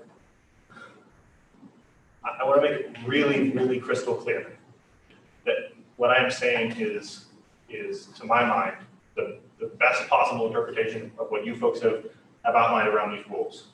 That under no circumstances is anyone on this school committee remotely interested in doing anything other than following scrupulously the letter of federal law. And my basic contention here is that, in fact, we had 5 positions and 2 people needed accommodations we couldn't meet and they left, that actually we'd be responsible for hiring the 2 to replace them. But that if we had 5 positions, 2 had accommodations, we kept them on staff and we needed 2 more, that's additional positions. And to my mind, firmly and completely, that qualifies in a way that it doesn't if we get rid of those people. So that's what I've got to say, and I'm happy to vote. Ward 1. No. 2. No. 3. Yes. 4. Yes. 5. Yes. 6. No. 7. Yes. Yes. Ms. Wright. Passes 6-2. Agenda item number, I lost myself on here. 9, report from the city council representative, Ms. Wright. As you can tell, we don't have city council tonight because I'm here. So our next meeting will likely be next Tuesday. I don't know what's on the agenda. I'll let you all know. Okay. Agenda item number 10, report from school committee chair. I just had a quick question on when our student reps, if and when they'll be joining us again. We need to select one more, and I'll get on that. Okay. Number 11, report from the school superintendent. I think I covered most of it during the opening. We do have some highlights of some things, and I think we have at least one guest on next Monday to fill us in on an update for the expansion. That's good news, so we'll have a guest here for that on the 14th. That's all for now. And agenda item number 12, to enter into executive session to discuss the LEA MOU as it relates to impact bargaining in accordance with 1 MRSA 4056A. Do I have a motion? So moved. Second? No, I'm asking for a second. So Ms. Wright seconded it. I mean, Ms. Whitlow seconded it. Ward 1. Executive session? Yes. 2, Yes. 3, Yes. 4, Yes. 5, 6, Yes. 7. Yes. Yes. Yes. School committee will enter executive session. Thank you for coming.